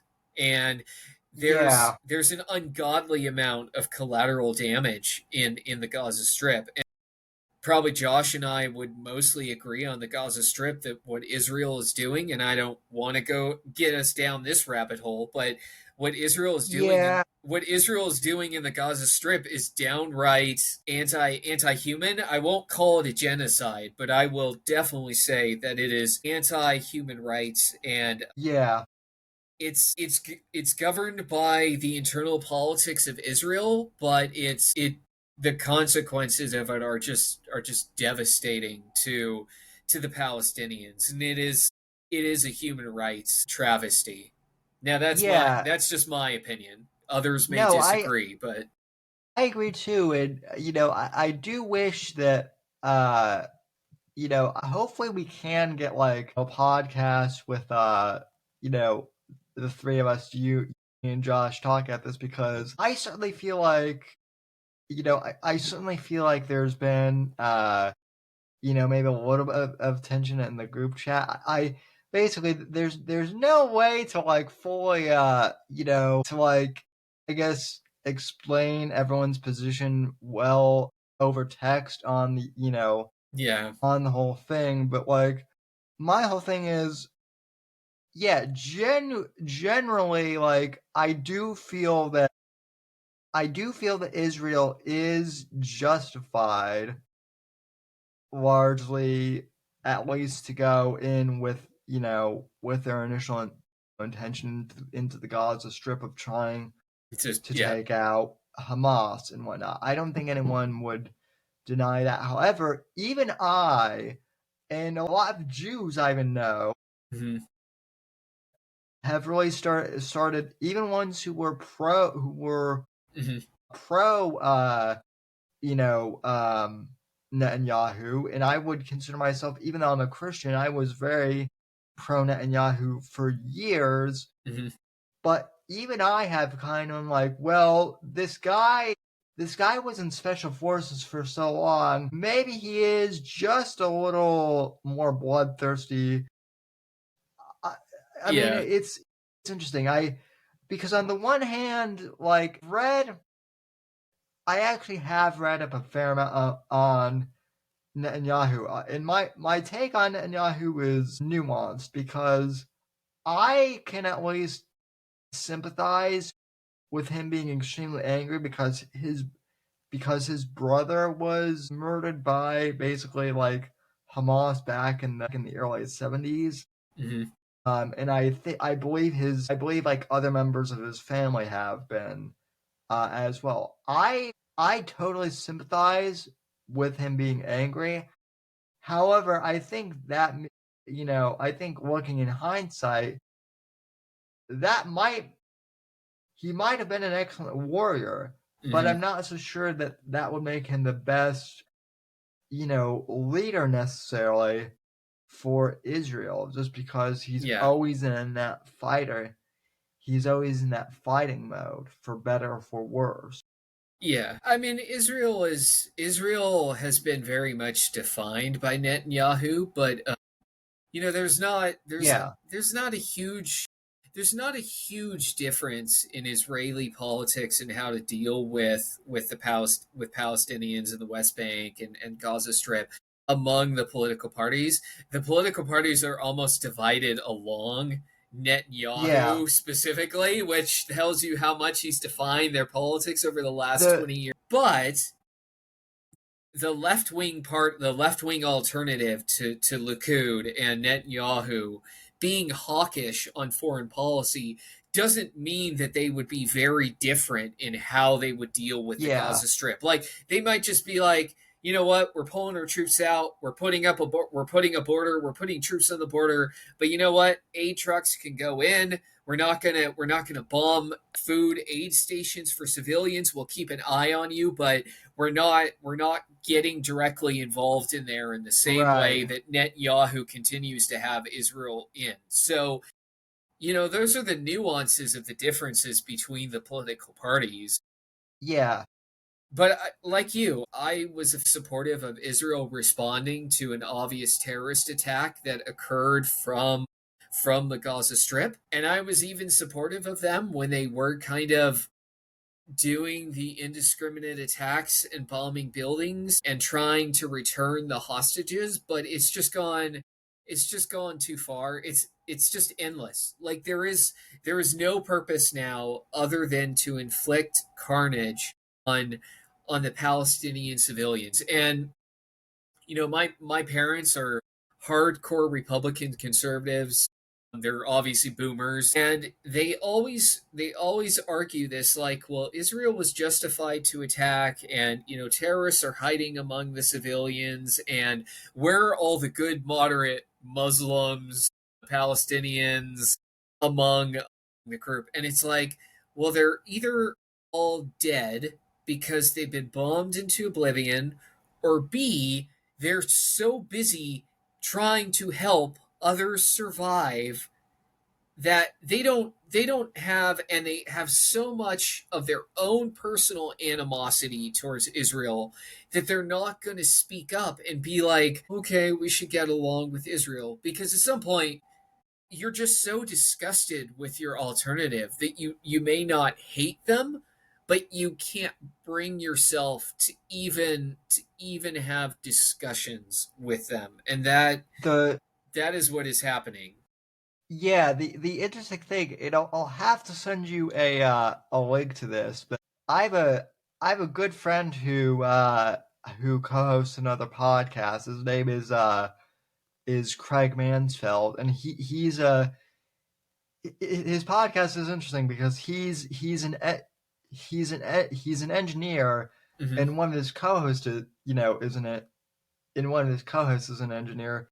So they talk like a lot about like a lot of science and nerdy stuff too Hmm. in regards Hmm. to engineering, but they do cover politics, Yeah. and they're both conservatives. And Craig is, I would say that he's an American Jew, but he's very like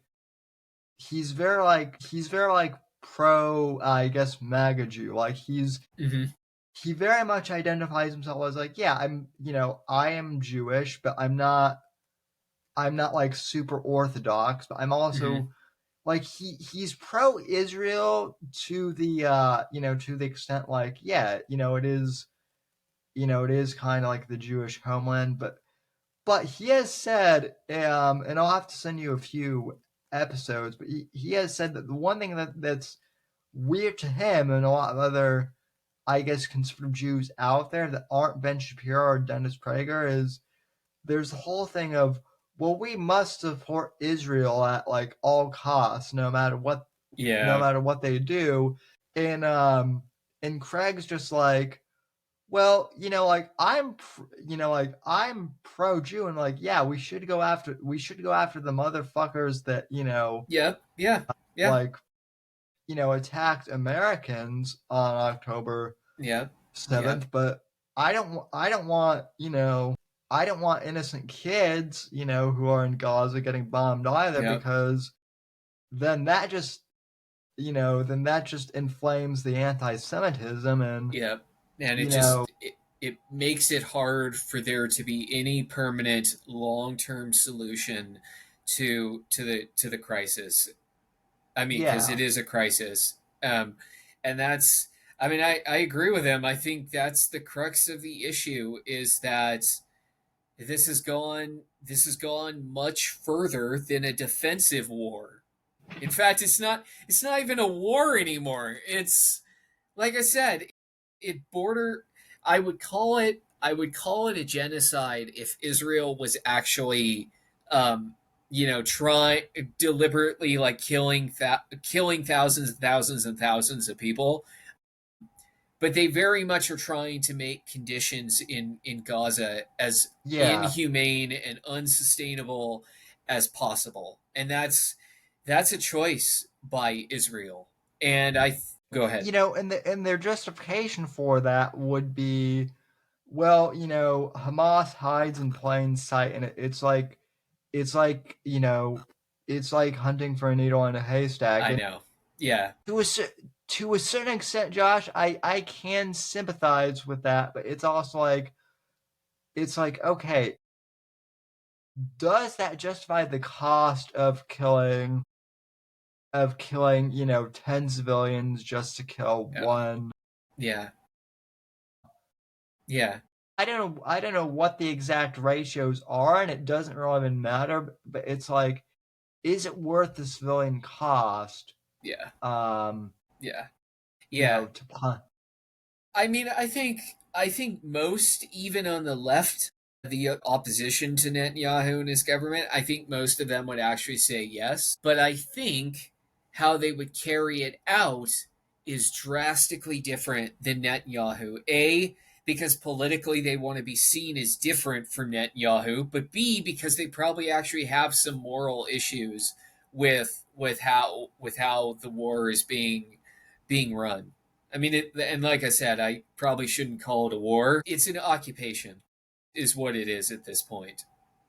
So, and expecting the people in Gaza to like rise up or to be like, okay, we want some sort of peace deal, when literally Gaza is, it's the smallest landmass with the highest density of people in the world. And it's a bombed out husk, and it is also one of the youngest areas in the entire country, which means all the men and women have been killed or left. So all you have are children. And Yeah. so then that makes it even worse, because that means disproportionately they're the ones who suffer and they're the ones who die in incidental or in misfires or collateral damage. Yeah, well, and It's then, and then there's the argument too that that's how you get, radicals is, exactly, yeah, a child a child sees their entire family bombed, yep, and killed in a yep, war, and then, the Islamic clerics who radicalize yep, young kids, they come and say, and they say stuff like, oh, well, the Jews, in the West, they did that. They did this. They're the great Satan. yep, And, to be fair, like, I'm not saying it's good, but, that kid is, looking at the evidence before them and, mm-hmm, they're yep, like, well, they're right. yep. So, Well, and and the cycle continues. yeah, well, So, and the government of that territory doesn't have the ability to provide the basic services that that child would need, and that child's parents may be dead. So then it's not just the cleric radicalizing the kid or kids, it is literally the cleric and the terrorist organization is taking care of the kids. So right. the kids are reliant on this organization, and it creates this relationship, like the kids or the teenagers, the young adults, they trust them, and there's no way to break that trust, because it's not just a trust you because you say the things that I believe. It's also I trust you because you're taking care of me and these other people aren't. Right. And so that's another consequence, is when you bomb a government out of existence or its ability to provide basic services, but a terrorist organization has the basic infrastructure to do what the government cannot, you make people dependent on these organizations inadvertently. So, that's another case where I think Israel is spiting itself by what it's doing in the Gaza Strip. Like they're just creating a breeding ground for further radicalism and further attacks. Yeah, and I would say, and again, this is, something I've heard from, Craig and other, American Jews who, again, are all very pro-Israel for the Mm-hmm. most part, and I think this point is valid. You know, I guess one of the biggest criticisms I've heard of, Netanyahu and his administration that makes, that like I buy as legitimate is when it comes to those factors that you just mentioned of, kids being orphaned and, the Taliban, being left to take care of them, or, any of these other groups. Putin either, I mean, not Putin, Netanyahu either doesn't factor that in at all or he doesn't care. Either one is not good. Yeah. Yeah, whether it's he doesn't care or he doesn't, yeah, or he doesn't factor it in. I mean, neither option, neither one is really good either way. So it just furthers an endless conflict. And I love my parents and I don't want to rag on them, but they also say things like, "Oh, these people have been at war for thousands of years. They're always going to be at war." And it's like, they're always going to be at war because of the decisions that they make, not because they've been at war for thousands of years. If somebody tried something different than the things that they had done in the past 1,000 years, maybe there wouldn't be war. Maybe if Israel actually was like, okay, we're going to give you some food and we're not going to bomb you into oblivion, maybe things would be different. Or maybe if Israel sent in special forces and did the tough house to house Yeah. anti-insurgency versus the we're just going to bomb everything out of existence. Like, if Israel did that and tried to limit collateral damage, maybe Palestinians would have a different image of Israel. Maybe the reformers would be like, yeah, okay, let's speak up about this. Well, yeah, well, the IDF was doing that in the beginning, like after October 7th, right? And I mean, from what I remember, they were doing that door to door thing. And I mean, obviously there were instances where, they were stumbling into, booby traps and whatnot. And I don't want to be callous in saying this because that is tragic. But if you are part of Israeli special forces or any special forces, even the SEALs or the Delta or Force, you go into that job full well knowing that there's a risk that you might not come home. And so losing your best, losing your elite, it is a tragedy. Yeah. But for the IDF to go from that to then carpet bombing, Netanyahu just saying, okay, well, we're just going to collaterally bomb, everyone.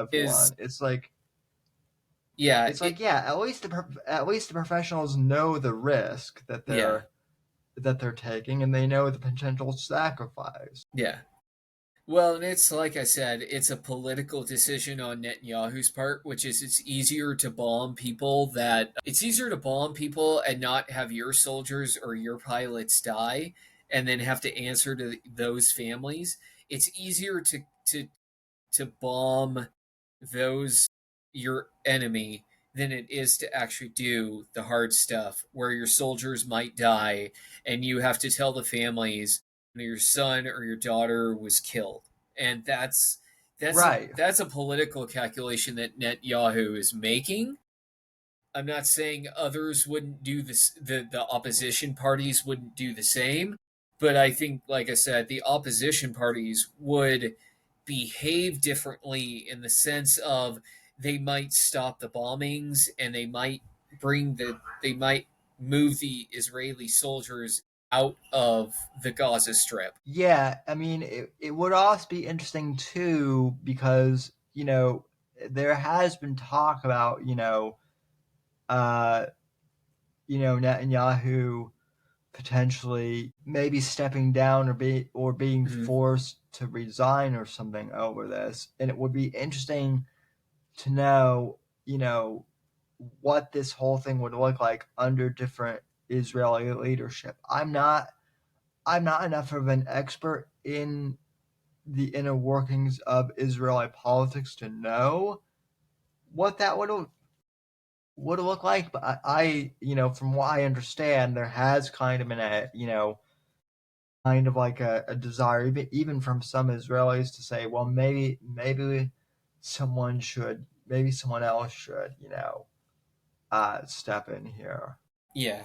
I mean, Israeli politics is, they had like 5 elections in the last 3 or 4 years, and it was because it's a parliamentary coalition system. So if you're the largest party, but you're a coalition, if you're the largest party, but you don't have a majority, then you can't really functionally govern because the opposition is larger. So I think there's been a hesitation on the right to challenge Netanyahu during the war, but I think that's going to change. But Netanyahu has said he's going to run again. I mean, well, they're also conspiracy theories out there that that he may have that he knew about this attack beforehand and let it happen because supposedly like he's under investigation for things and Yeah, doesn't yeah, want to be and I don't want to and I don't want to linger on like conspiracy theories like that because I don't know how true they are. yeah, But if that is a factor, one does. Let me put it this way. Like I was initially like extremely dismissive of his corruption allegations as a whole, hmm but the way he's kind of dragged things on, it's kind of like, well, I wasn't skeptical before, but maybe there is something there. yeah. I think it's kind of like those theories about Pearl Harbor and whether FDR let Pearl Harbor happen or ignored warnings.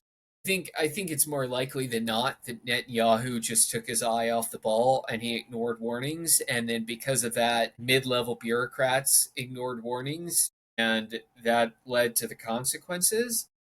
I don't necessarily think Netanyahu let it happen purposely, maybe willful ignorance, but yeah, that's probably something we'll never know, but I'm pretty sure that he'll be attacked for it in the next election. I don't think the opposition is going to let it go. For sure, for sure. Yeah, yeah. So So, yeah, I mean, I think you know uh, the other thing I'm kind of curious on too is like I almost like it's a shame that Jared Kushner isn't in the administration. I know that some people have been like critical of Trump for nepotism regarding the whole thing, but I will say that like it did seem that when Kushner was in the first administration, there was noticeable efforts, to resolving kind of the tensions in the Middle East. mhm.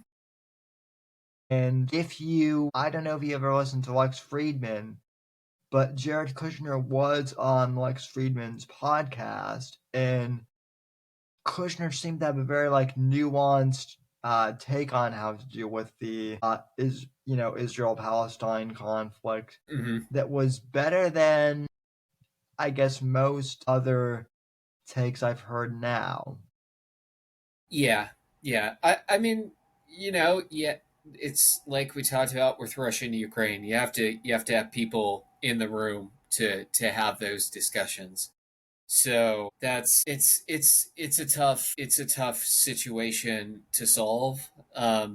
And just like Russia and Ukraine, Israel, the Gaza Strip, even extended out to Iran, everybody's going to have to give up something to actually have a lasting peace. And that's the hard part. They all have different interests that they're representing, and they all have different objectives that they want accomplished. Yeah. Well, I mean, the thing with Iran is, I mean, war with Iran is really scary because, like, at least with like Russia, they seem to at least value, human life. But Iran, you know, there are enough radical elements where like they really are kind of like apocalyptic.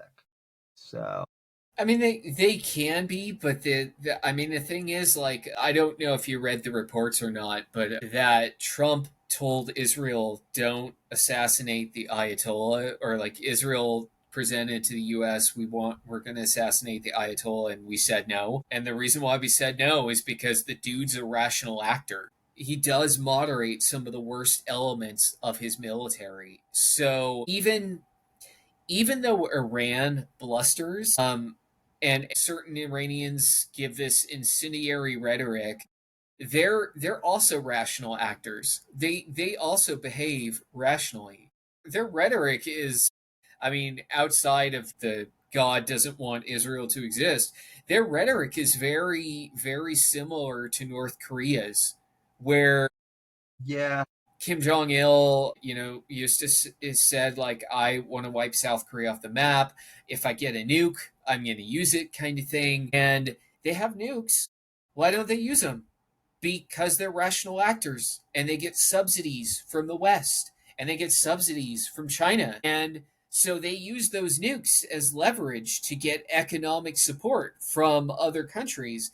That's a rational thing to do. It's not a rational thing to, detonate a nuke in another country, but they don't do it. And the same can be said for Iran. Like, what is Iran waiting 20 years for to develop a nuke? Like, what do you get out of developing a nuke for 20 years? That's right. You get Western attention and you get international recognition or acknowledgement. You get a potential deal of economic subsidies from the West and recognition from other Middle Eastern countries. So they're rational actors as well. They just mix it in with inflammatory rhetoric. Yeah, for sure.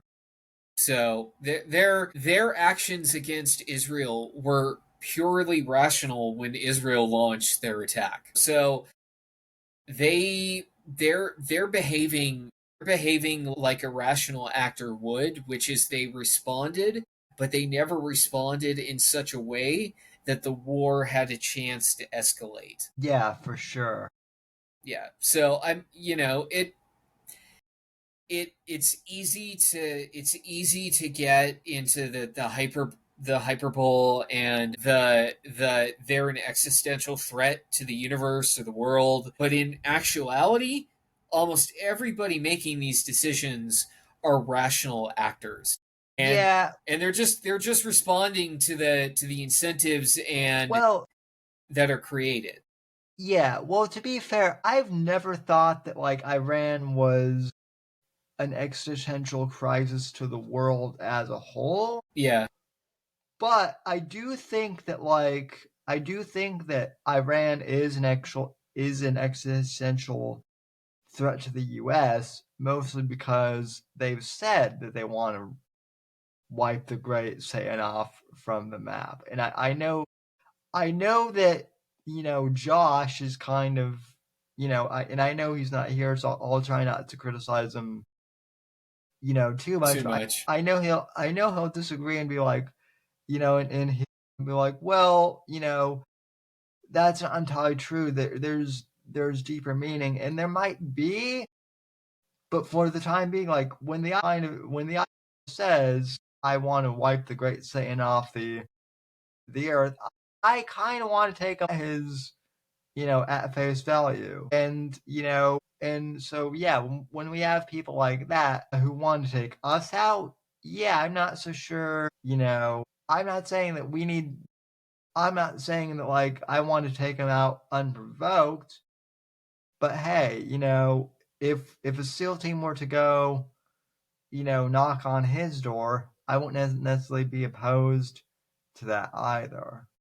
So, I mean, I would say I think you have to look beyond the rhetoric, because he's still, even that rhetoric is rational in the sense that he's placating the extremists in his party or his government, and by saying that, it allows him, a relative moderate, to stay in power and in those people's good graces. So I'm not saying you ignore it. I'm just saying you have to take it in the context in which it's delivered.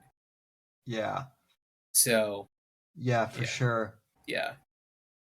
Well, anyway, sir, I mean, I know it's been 2 hours and 15 minutes. I know it's late.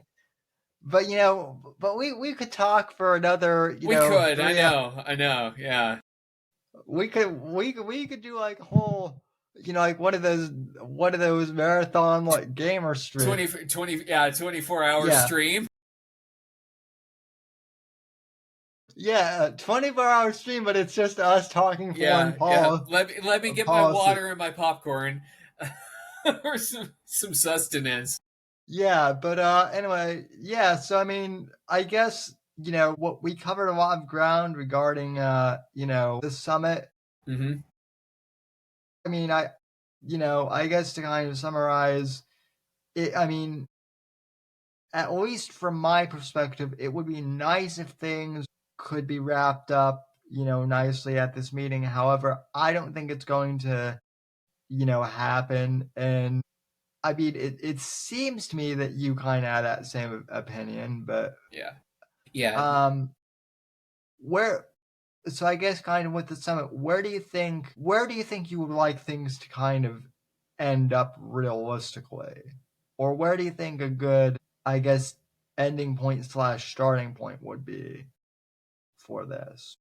I mean, for the summit, I mean, I think it probably went as well as it could go. I think that the end point, short term, would be a ceasefire between Russia and Ukraine, and then long term, some sort of sustainable peace deal or framework between those countries. But like I said, I think it's going to involve trade offs and from everybody. Ukraine is going to want some sort of security guarantee Russia has to give it. And then in turn, I think Ukraine is going to have to give up not all of their territory that they've lost, but they're going to have to give up the vast majority of it. Yeah, that's fair. So, which I think the security guarantee for Ukraine is much bigger than the territory they give up to Russia, because that security guarantee is basically, from what I understand, it's basically the equivalent of Article 5 for NATO. And that literally means if Russia attacked Ukraine again, we could get involved, European countries could get involved. It could literally be World War III because everybody else would get involved. So Yeah. that's a huge deal. Like, that's one of the reasons why Europe has not gotten directly involved with Ukraine is Ukraine's not a member of NATO. So there is no Article 5 guarantee for defense like there would be if, Russia attacked Estonia or Latvia. One of the other things I saw too, it is interesting that you brought up Israel and Palestine tonight, because to kind of connect the two in a weird situation, in a weird way, one of the things I did see from Tulsi Gabbard probably about like a month or two ago, it was really quick, but basically someone asked, her basically about the, Israel-Palestine conflict, and I don't know if it was her that answered directly, but it might have been someone from her office. But basically what they said was, we have to deal with, Russia and Ukraine first. That's kind of on our docket, and then we'll see about, maybe sitting down with, Israel and a representative, from Palestine. So Yeah. I think it's a thing of, the administration is trying to do the best they can to kind of, intercede where they can. It's kind of like a, which pot, on the stove takes the most precedence of kind of like trying to keep from boiling over. Yeah. So Well, and it makes sense. Ukraine and Russia and Europe is much more economically impactful to the U.S. And also, Russia and Ukraine are at war right now. Iran and Israel and even Palestine, they're not really at war right now. So it's more of an impact to get a ceasefire for Russia and Ukraine than it is to try and negotiate some sort of Middle Eastern peace deal or some sort of framework. So it makes sense. yeah, it does. Yeah, it's the world is, I am optimistic that the summit will go well, but I'm also trying to keep my expectations low, if that makes sense. Yeah, I mean, you're dealing with people, and so you don't know how they're going to react. So I'm like you, I'm optimistic, but I'm not my hopes are not going to be completely demolished, or my hopes wouldn't be completely demolished if nothing comes of it. I wouldn't be surprised.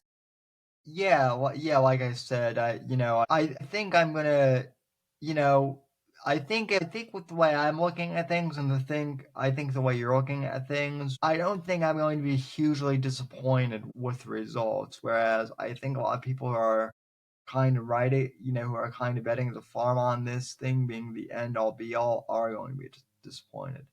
Yeah, But but yeah, that's people. yeah, and that's global politics, man. Yeah, yeah, yeah. Well, sir, I want to thank you for coming on, and hey, I love doing this. So, where can people find you, and So I still need to restart my, having a brain fart. I still need to restart my Substack, but people can find me on Twitter at Gabriel Iacoboni. That's my Twitter handle, and then I'm occasionally active on the other social medias as well.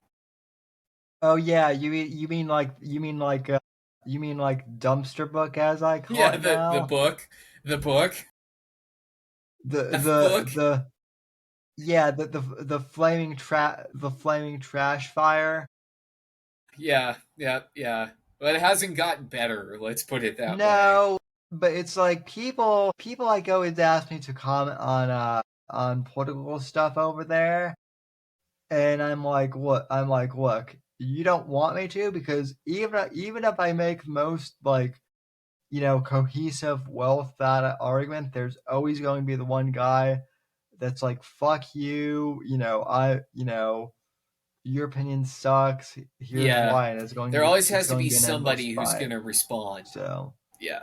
Yeah. yeah, but yeah, Substack's great. I'll definitely follow you on there. And, I promise you, folks, we will get back into doing the regular Blokes podcast at Yes, some point. we So do need to, yeah, we do need to do that. I do have an interesting topic, maybe upcoming, but I'll have to talk to you about that after the show. So, but anyway, well, folks, I appreciate you tuning in for this late Monday edition, and you're probably listening to this on Tuesday, but anyway, we appreciate you being here. I'll be back live Wednesday, and Gabe, actually, if you want to come on Wednesday night, maybe this thing will be concluded, the summit. Yeah. I don't know when it's supposed to end, but if it is, maybe doing a post-op or Sure. something once we have more information. Yeah. If there's something new, I'd be happy to. Alrighty. Well, I appreciate you for coming on, and I appreciate the audience as well. So take care, everyone, and we'll talk to you on the next episode. See ya. The right to offend is not some pesky little part of freedom of speech that we have to put up with. It is the heart and soul and lungs of freedom of speech. It is the coursing lifeblood of human progress. It is the instigator of liberty and modernity and science and understanding.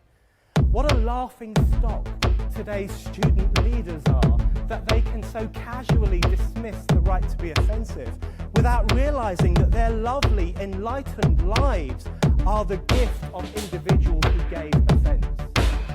Offensiveness is not just something we have to begrudgingly accept. Offensiveness is the motor of human progress. Thank you for watching the Whitfield Report live on the Right to Offend Media Network. Make sure to check out Sam's books on Amazon, Audible, and Kindle. You can follow Sam on X at SamW_NGC and the Right to Offend Media Network at RTO Media. Like, comment, subscribe, and share with your friends. And until next time, God bless, God save this great nation. God, freedom, legacy, in that order.